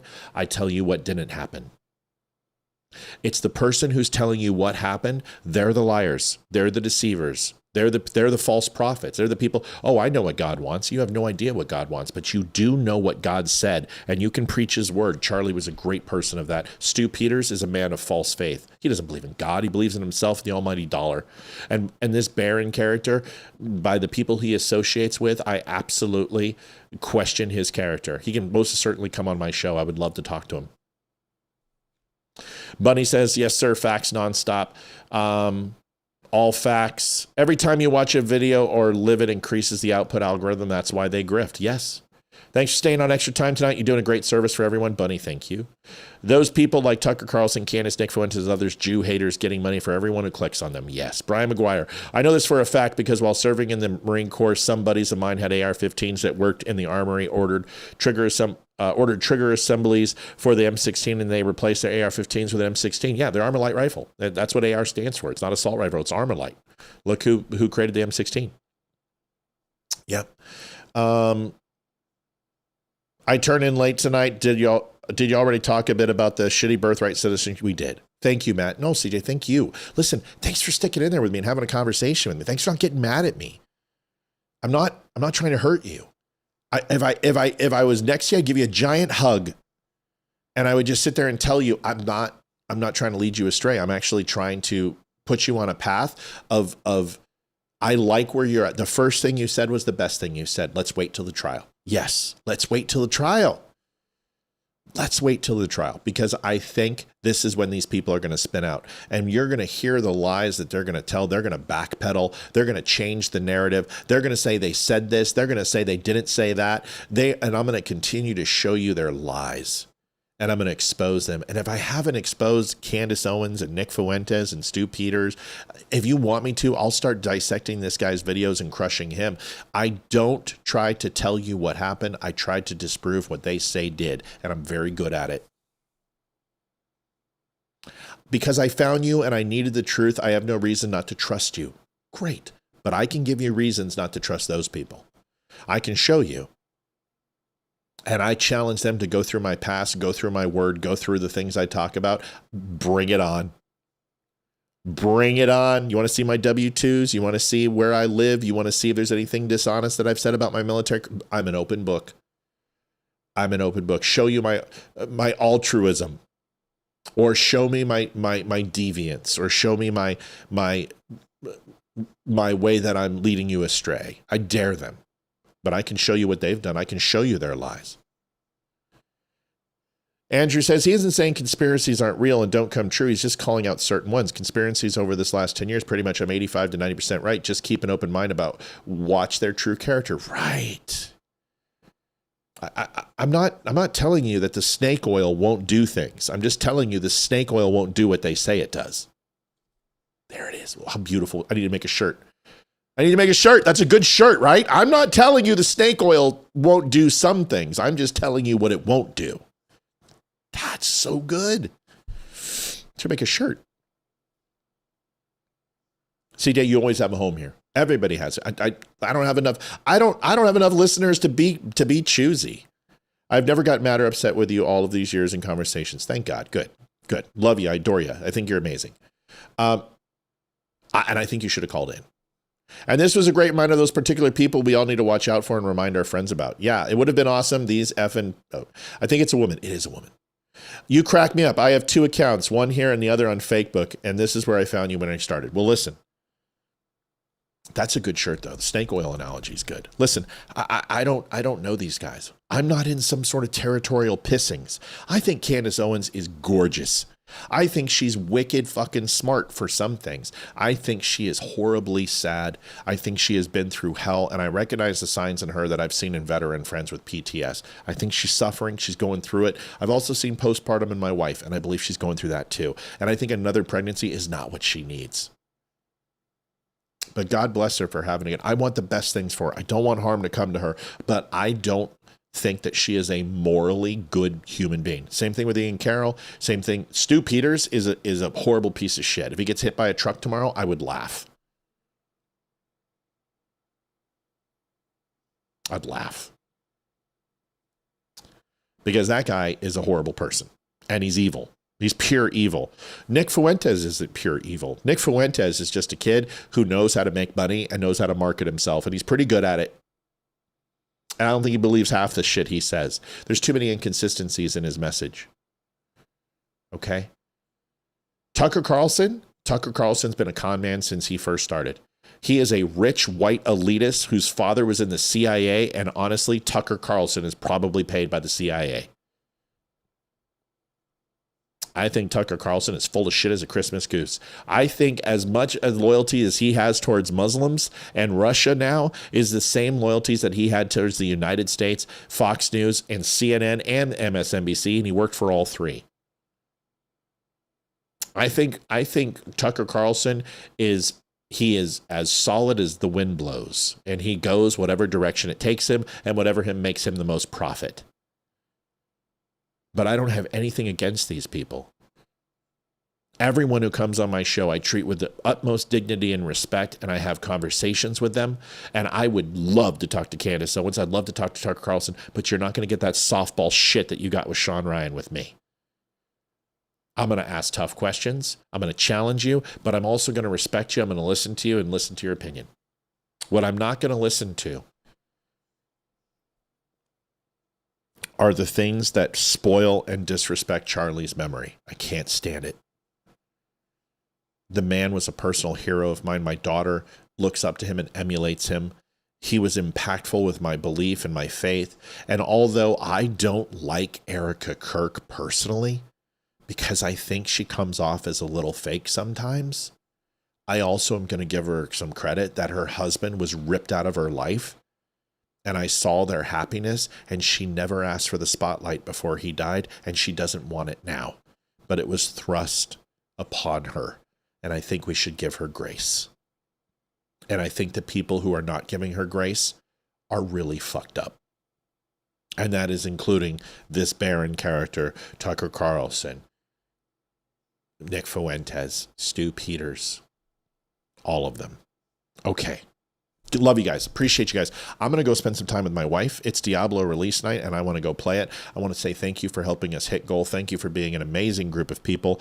Thank you for having argumentation. Thank you for having a conversation that we don't agree on. I don't care. I want to hear your opinions, but don't be afraid if I challenge you. I'm not trying to hurt you. I'm not always right. If it comes out tomorrow that there was an exploding mic, I will be the first person to come out and say, I was wrong, but I'm not, because I know what didn't happen. Okay, good night, everybody. I'll tell Olivia hello. Thank you. We'll see you guys tomorrow. God bless. Adjusting transmitter output. This is the Don't Unfriend Me Show with your hosts, Matt, Leroy, Amy, and Olivia. Geopolitics, military analysis, and election coverage. Coming to you live on all major social media channels at The Dumb Show. Honest, direct, unfiltered. We can agree, we can disagree. Just don't unfriend me.